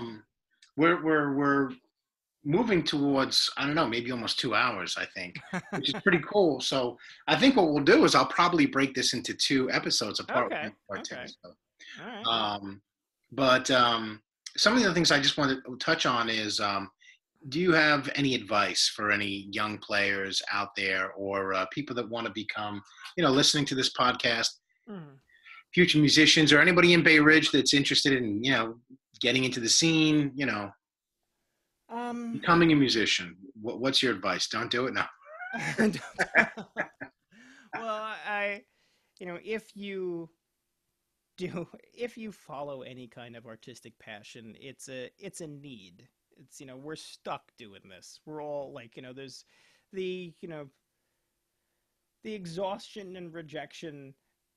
It comes with the package, and it's just it's part of the game. But you do it because you need to do it because you have something you need to say. You if you need to do it, you will do it. And part of it's just being there. It's not you hear these kind of, again, lots of myths with everything, but there's the myth of like oh, she went to the club and she played the piano and the record producer was there and heard her and said wow, and then the next thing it's she's on on TV and this and that. The piece of the puzzle that you don't hear is that she was there every night at that club playing her heart out. Like, you have to be there. The biggest part of the battle is just keeping it up, being there, not being discouraged. Play the dive bars. You have to play them at midnight. You have to play them at 1 a.m. to be able to play them at a better time. And New York is particularly brutal because there's a lot of competition. I mean, going outside of New York City, going outside of New York State, in between large cities, that's where there are clubs that are usually a little bit more appreciative. But then there are gold mines like the Bitter End and other places that so that's not not a blanket statement. But a huge part of it is just trying everything, being there, just listen to listen to good music, look at good art, and take the gig. Just take it. I mean, even if it's not at a time that's comfortable for you, even if it's one of my first solo acoustic gigs was between an all-girl punk band and a death metal cover band. Like it was at Don's Hills, which is gone now, and it was a lot of fun. And I met some people who I actually still follow me. Like it's you opportunity, the best opportunities are there. You just have to be there, and you just have It's to funny not you just stop. said that. I've worked in politics. Mm, I've been a consultant. I've worked on a lot of different campaigns. I've worked for mm, some elected officials. And one of the advice I was given, maybe not just to me, but I maybe overheard this person saying it. mm, And again, this person has been a consultant, worked for United States senators. I'm not going to name who mm, it is, but he said, mm. just say yes. Take the gig in Yeah. politics as well. And sometimes you don't. Maybe the chief of staff or campaign manager or Mm, even the candidate you particularly want to work for is available, and you're I don't know, you're putting out lawn signs for somebody you didn't necessarily want to work for, but you got to learn it somewhere, and yeah. it'll all add up to something, and Yeah. you'd be surprised what crazy, I'd call it a campaign, but crazy gig can lead to something, what Absolutely. doors it can open and what can happen. Absolutely. Absolutely. Um, I mean, again, another, just submit. I mean, now in this online culture, submit to everything. Put your stuff out there. do your research, but also, it's just a matter of, if you need to say it, and just keep saying it over and over again. Yeah. And find different ways to say it and find different places to say it, but just don't expect it to come to you. Right. But that's the case with everything in life. I Yeah. mean, it's, it never, the piece of the puzzle of every story of something falling into someone's lap, they were there every time. Yeah. You gotta chase it, and you gotta be in the right place, Yeah. and you put yourself there, I guess. Yeah.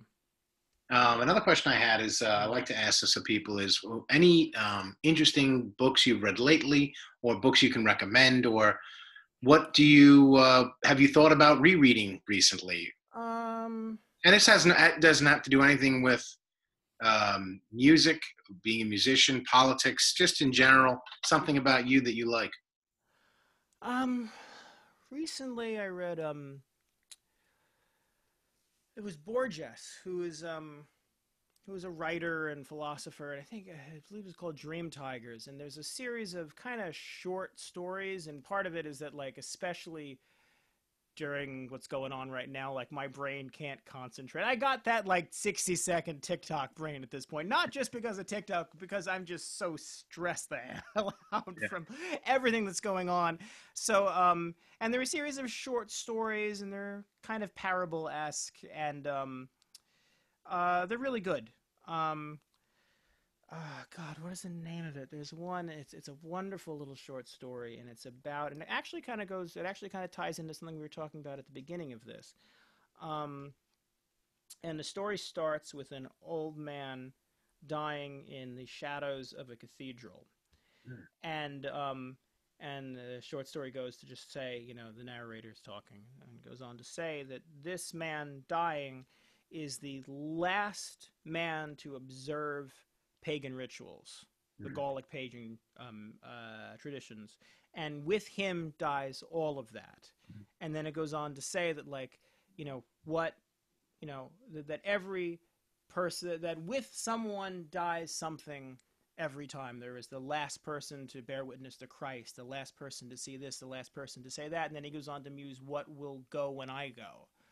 And it kind of ties into what you were saying when you met Arthur Miller, that, like, there are just these spheres that we come into, and we're all just kind of bearing witness at the end of the day.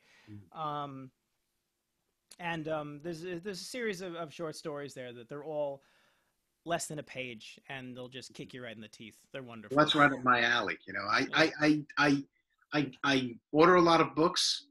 Um, my wife Yeah. makes fun of me. I just to basically look at them on the bookshelf, but Mhm. I habitually start books and don't finish them. I have probably a form of ADHD where I Yeah. can't. It's tough to concentrate for a very long period of time. I Mhm. I love to read, but Mhm. I sort of get bored, or the appeal of starting a new book, or reading a newspaper, or checking out Mhm. another podcast or video. So I'm in Mhm. a million different books at once. Short Yeah. stories are nice. Something Yes. digestible is a lot Yeah. better. Yeah. No, then he's good. He also has one that I also like Audible, by the way. I'm listening to. I don't know if you do it, but mhm. I really enjoy audiobooks Mhm. because whether I'm driving or whether I'm doing the dishes or whatever I can, whatever I'm doing, I have to take the dogs. We have, as you know, 3 dogs now. Mhm. So and Really, Barrow and 3? Black. Yeah, we adopted my mom's dog. Okay. So I my mother had a border collie, Okay. Dakota, Okay.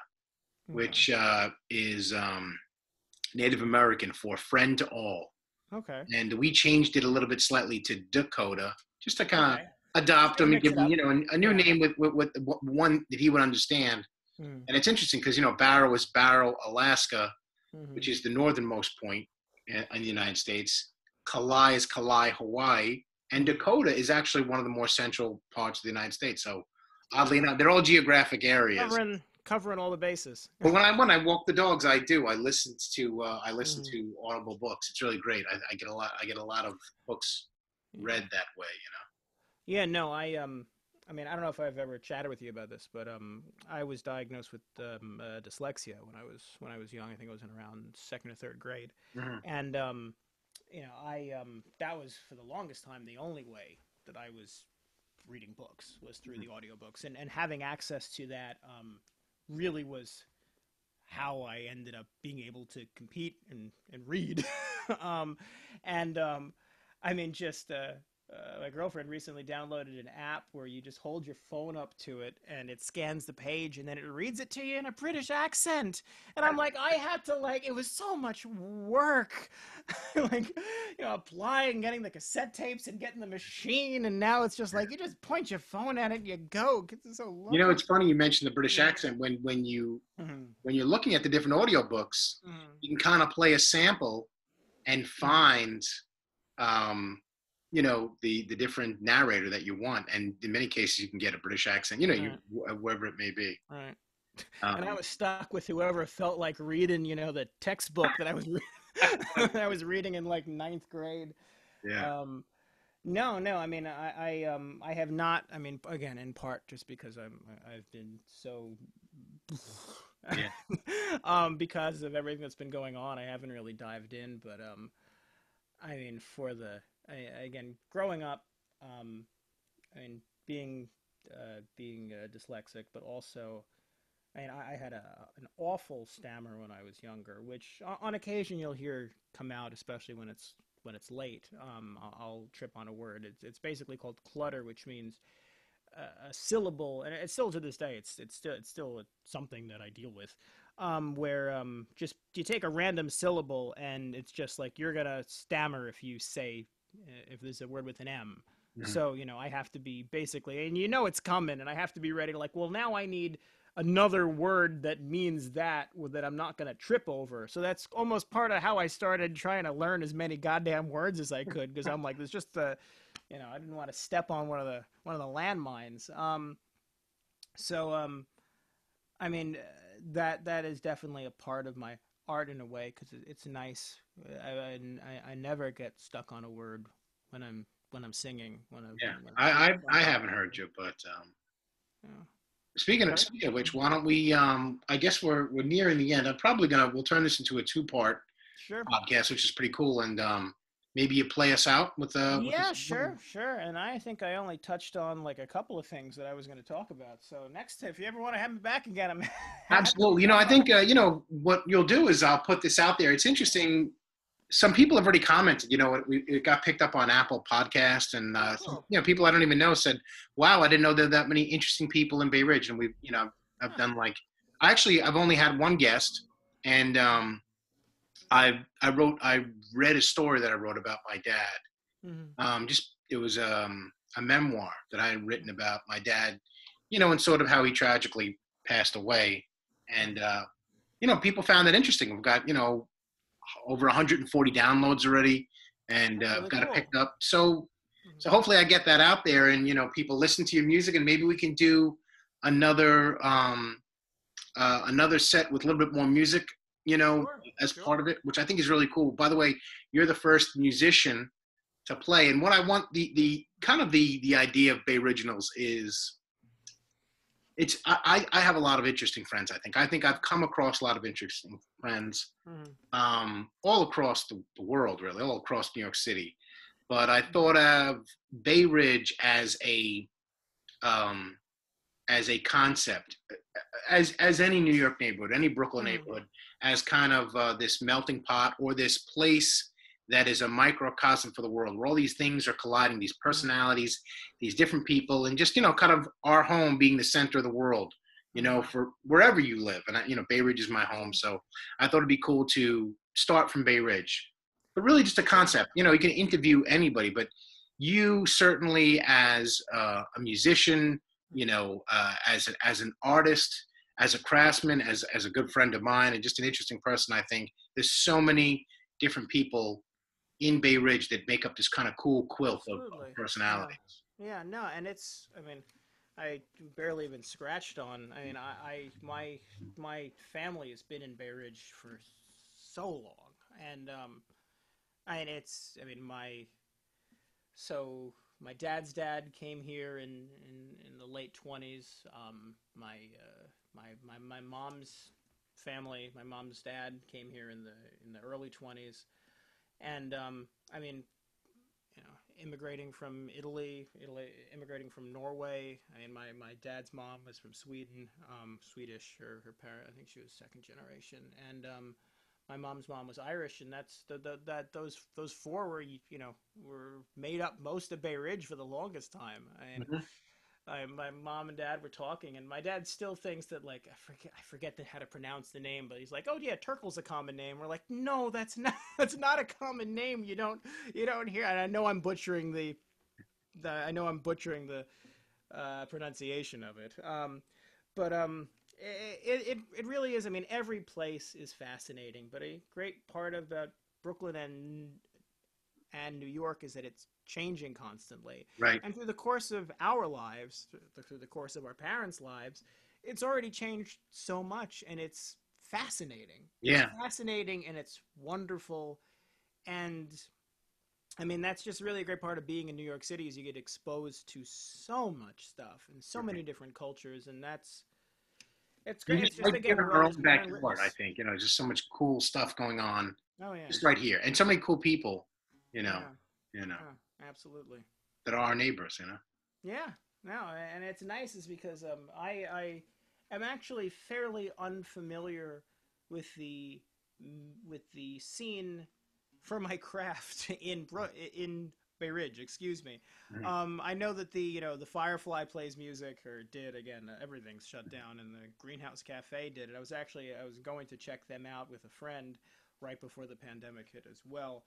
I know that there was a scene for death metal for a bit, but as you've probably noticed, not exactly a little bit out of my wheelhouse. I must admit. Um, There was a lot of alternative rock, growing mhm, up in the 90s and going to a lot of the bars mhm, have since closed, but Bay Ridge always had a lot of live music. But I'd say it was, look, I had friends who played hardcore rock.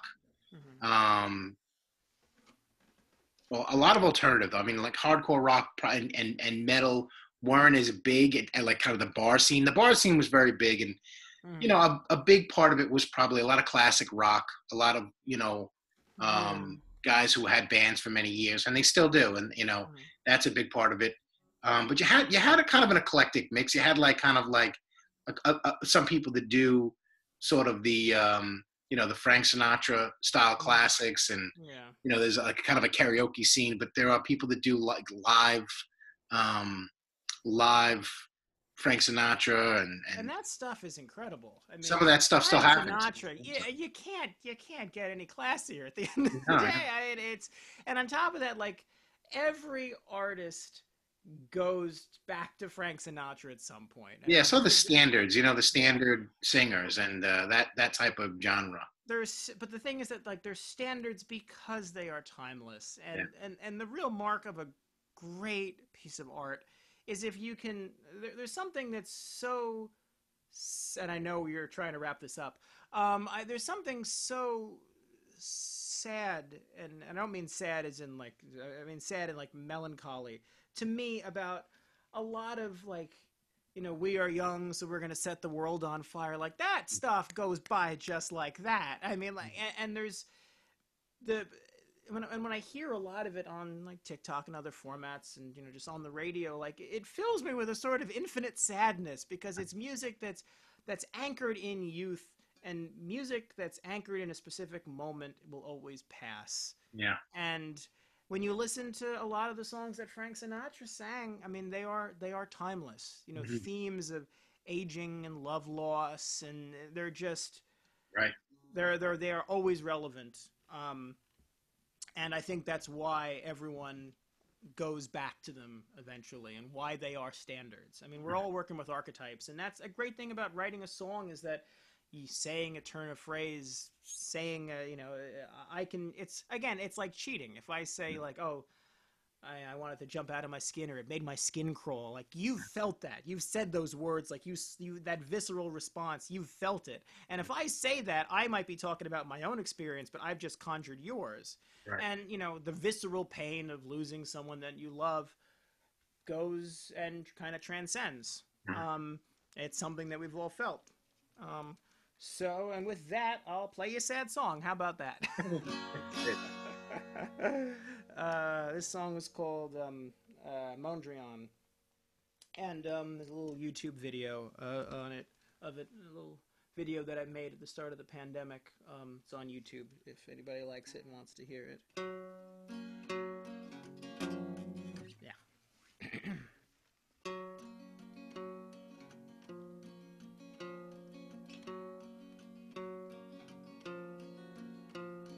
I dreamt you were a tightrope walker,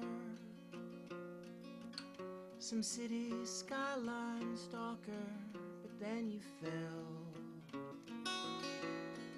into the sea. You crashed into me, and then I dreamt that I was the vagabond, and when even my echo would not respond, it was you that set me free. You gave $1 to me, and she dreams in dreams like Mondrian. It's like she knows the hill I'll die upon. She's lost inside a Mondrian, where she's walking till she's gone. I dreamt we were attached at the hip. We were Siamese twins for a little bit. Oh, but then someone ripped us in two, and I lived without you. And then I dreamt that we were in Alcatraz, and you broke out with such pizzazz through the bars. You melted through, yelled, "I'll come back for you." And she dreams in dreams like Mondrian. It's like she knows the hill I'll die upon. She's lost inside a Mondrian, where she's walking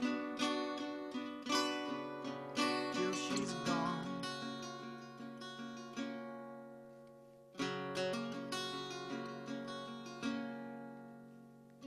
I dreamt everything was in its proper place, like little boxes out in space. Oh, but time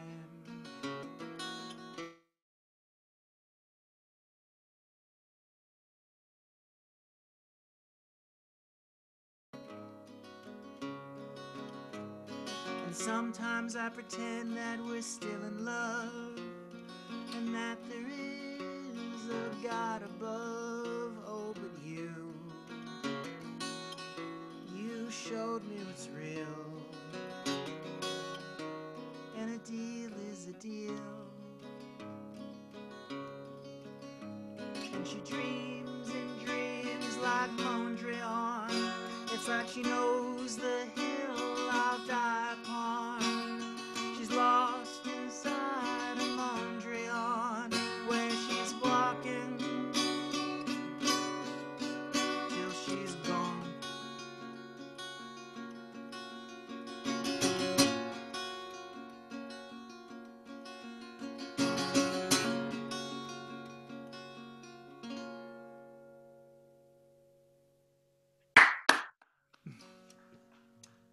That was phenomenal. Thank you. Thank you so much. I mean, you are really a great artist, a great musician, a great writer, and to put all that together Thank you in, so in the much. way that you do, that's multiple talents all in one. You really It are. really means a lot. Thank you. Thank you so much. I think the internet just like froze for a second. I don't know if that's just on my end. I hope that didn't mess up the recording too much, but we can always do it again. I definitely want to Of bring course. bring you back. And we'll do some more sets, and we Yeah. really, this is great. This was a really nice long conversation that we've had, and kind of just Yeah. took off organically, and that's kind of I want what I want the show to be, and hopefully people can listen. Yeah. Hope I hope I rambled in the right direction Yeah, no, it was for great. you. It was great. And to like I said, to the true spirit of the show, you really are a Bay original. You are an original person, a neighbor, a friend. It's interesting. Obviously, I'm involved in politics, and I'll probably talk to a lot of political people. But the show doesn't. I think it's really centered around the different interesting people, and how that sort of manifests throughout the neighborhood in all different forms. So Mm. I want it to be a place where we can play music, we can read poetry, we can read our stories, and certainly talk politics. Oh That's yeah. one thing that I intend to do Mm. with a lot of my guests. What's interesting though is for you and I, we definitely don't necessarily see the world the same way in a lot of stuff, and Okay. probably disagree on a lot of politics. I, Okay. I definitely find myself maybe passing by some of the stuff you might say on Facebook. Yeah, you know what? I gotta let that one slide and not Yeah. say it. Yeah. But we're neighbors. I think Yeah. we get along on a lot of stuff, and I think that's maybe what the world needs to do a little bit more is to kind of find what we have in common. And we're not always going to agree on politics, and we've lost that. There's a sense that everything's got to be political, and on top of that, everything is through this prism of politics. You talk about Twitter, and there's no room for understanding anything else throughout these political means. We can't talk about art. We can't have common ground in Mm. poetry or music or sports or entertainment or anything. And it's dividing people in so many ways. No, you're absolutely right. And I mean, it's become very bipartisan, and it's become there. I mean, I do feel like there used to be a sort of, and not even talking about politics, but sort of like a middle ground. Like, hey, we disagree, but let's come together Yeah. and let's walk the middle line. And it doesn't, and just even on like, I feel like that it's almost kind of bled down into a social element. And I mean, part of how anything works, and I'm going to do my best to stay out of politics, but I No, will no, say yeah. this. No, no, no, no, no, is Let's do this, an which is attempt. that the way that we all come together and the way that we educate one another on how we feel Hmm. is by talking to each other. Hmm. At the end of the day, if we lose that communication, there's no way to learn where anyone's coming from. Right. And then, that's when things start to get really, really divided. And, What's interesting too is I'm involved in politics, but so little sometimes. There's things that are gained, mm, but I don't know that we learn as much through political discourse as much as right. when we talk about art, when we talk about music, when we talk about culture, when we Mm, talk about sort of these things that are related to politics and maybe inform our politics, we really can learn from each other, and we really can share great ideas about humanity, about all the things we just talked about over the last 2 hours. mm, It's really where you can grow and learn, and you're right, and that can exist outside of politics, and unfortunately, it just seems like a lot of that is being lost. And I cherish I cherish having conversations outside of politics, and I also, mm. especially with people that might not see eye to eye on some political things. That's so important. No, I do think that it is important that I find it of the utmost importance to talk to people that you do not agree with in every form of life. And I mean that in terms of, like, again, in my band, I have players who come from different genres, and by having them there, I get a sound that I would never get before. Mm-hmm. I'm not going to be able to play a guitar solo like my lead guitarist. I can't play piano at all. I would not. And by working with people who come from different places, who come from different walks of life, I've been able to create a sound that's different and not something that I would ever be able to make on my own. Mm-hmm. I think that we all become better when we talk about our life experience, talk about where we come from, talk about how we see the world, Mm-hmm. and only that way, you only learn and you can only educate by talking and by seeing. So the over the past 4 years, it has become it's become hard, and there's a sort of decorum that's faded away, and I do hope that it comes back and that we can Well, look, we're good kind of people get along. and agree to disagree on things, but Yeah. you definitely are a good guy. I like to tell funny stories about my guests. I have a lot of stories where I've interacted with you Hmm. that I can tell you about, obviously, but I've heard some stories about you. Obviously, my wife was your neighbor for a long time, so I've heard a lot of great stories. One in particular um, was I know that you were Christine's date for the prom, For the prom, yes, and yes, yes.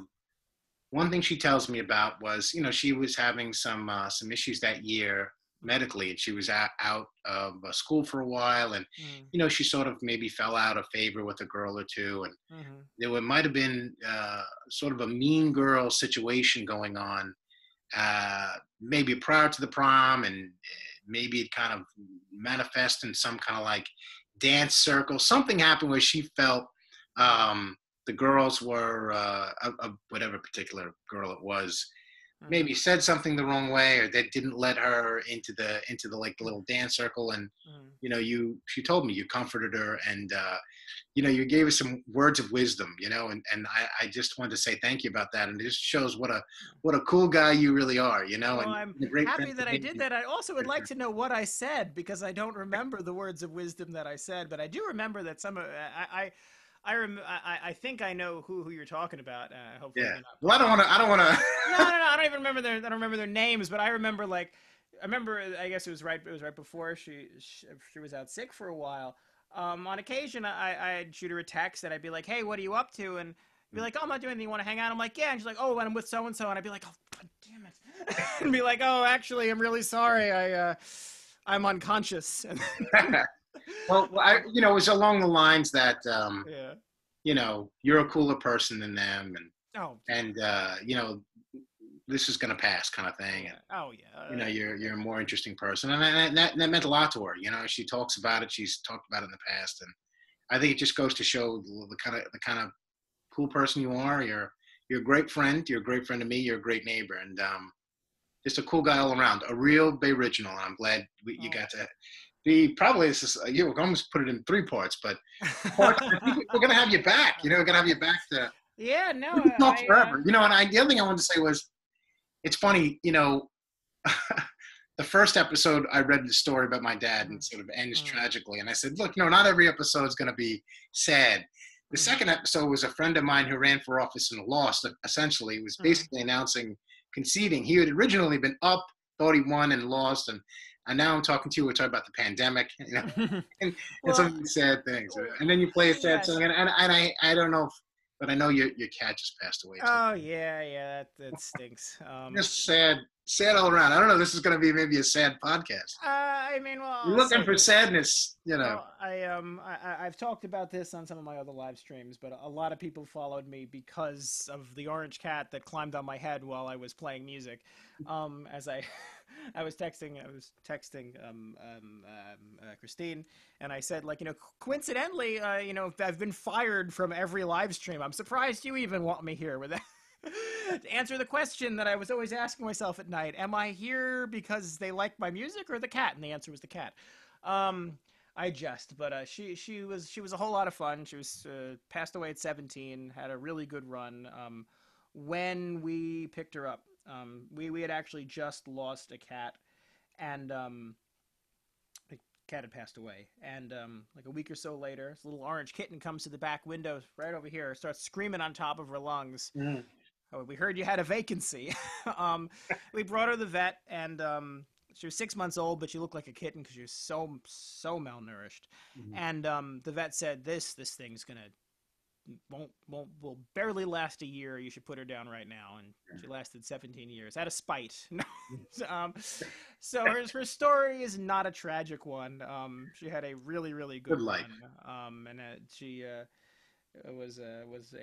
was a really cool cat.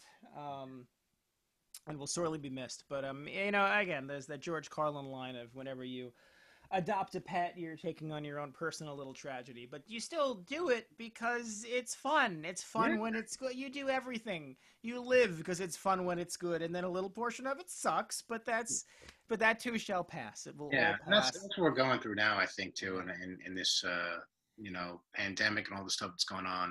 And hopefully it'll pass. And Oh, I mean it. I mean, again, we have been collectively as humans, we've been through this a million times, and we'll go through it a million times. But it too shall pass. yeah, And I mean, yes, we are all touched by the things that happen.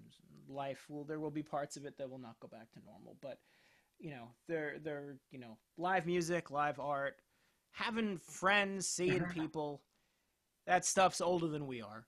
It's older than yeah, our but parents. It's older than our grandparents, and it'll. and I think, like I said, I think some of the good parts about it is that some things are created or force us into, for example, this podcast, and doing things that we might have felt a little bit more uncomfortable about doing that because Mm, we're around technology a little bit more and using Zoom meetings, we could do things we weren't going to do. The other thing we didn't mention, and I'll end on this, is mm, another cool thing about podcasts or sort of this long form interview. I think is coming back a little bit. And yeah.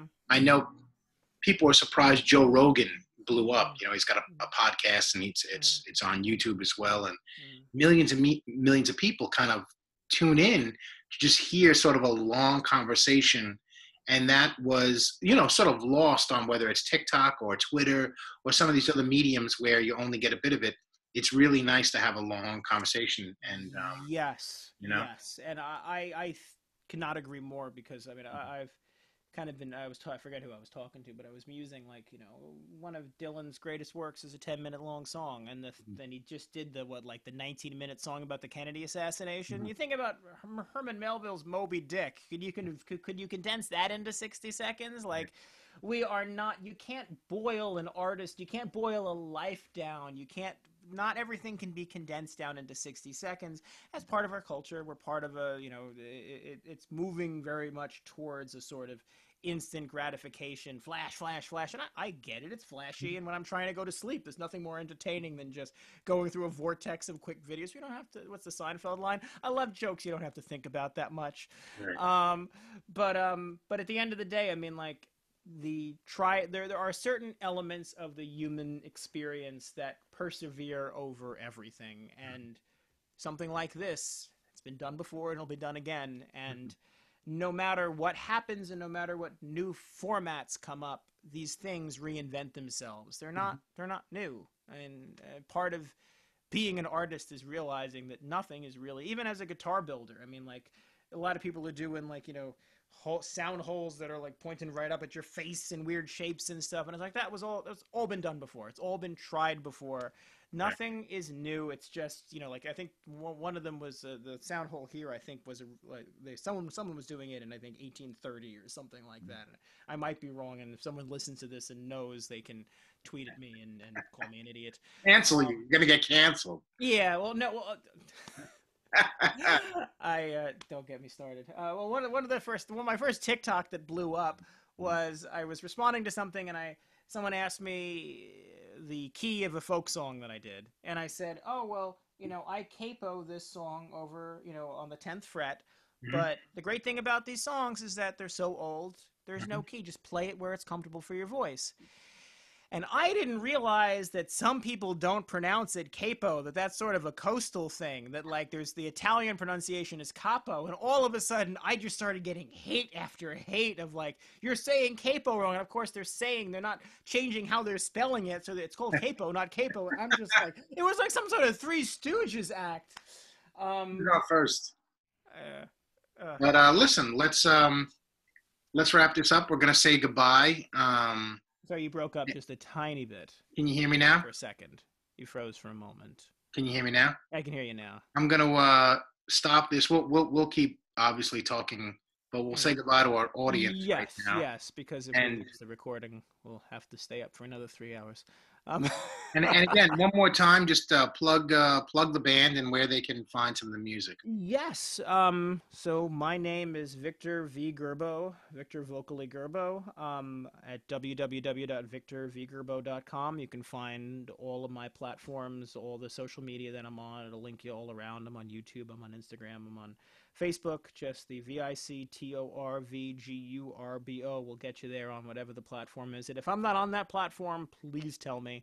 I'm on Spotify. I'm on Apple Music. It used to be iTunes Music. Now it's Apple Music. I keep saying it wrong, and I keep getting yelled at. Um, and yeah, I have an album out there, and I have a lot of content, and I do a lot of live shows. So if you follow me on Facebook, you'll get those updates. And I got a mailing list and everything. So if you go to victorvgurbo.com, you can find all that stuff. And thank you so much for having me. Thank you for listening to me. Thank you for letting me ramble. If you point me in the right direction, I'll ramble You're a rambling until man. and yeah, until I will ramble deep into the night. Well, I Um, appreciate it, and we'll definitely have you back. And mhm. thank you very much. Yeah. That's Victor No, of Gurbo. course. I got I've got nothing but time, my friend. So happy to be there if you need somebody here. I'm happy to All do it. right. Yeah. Thank you.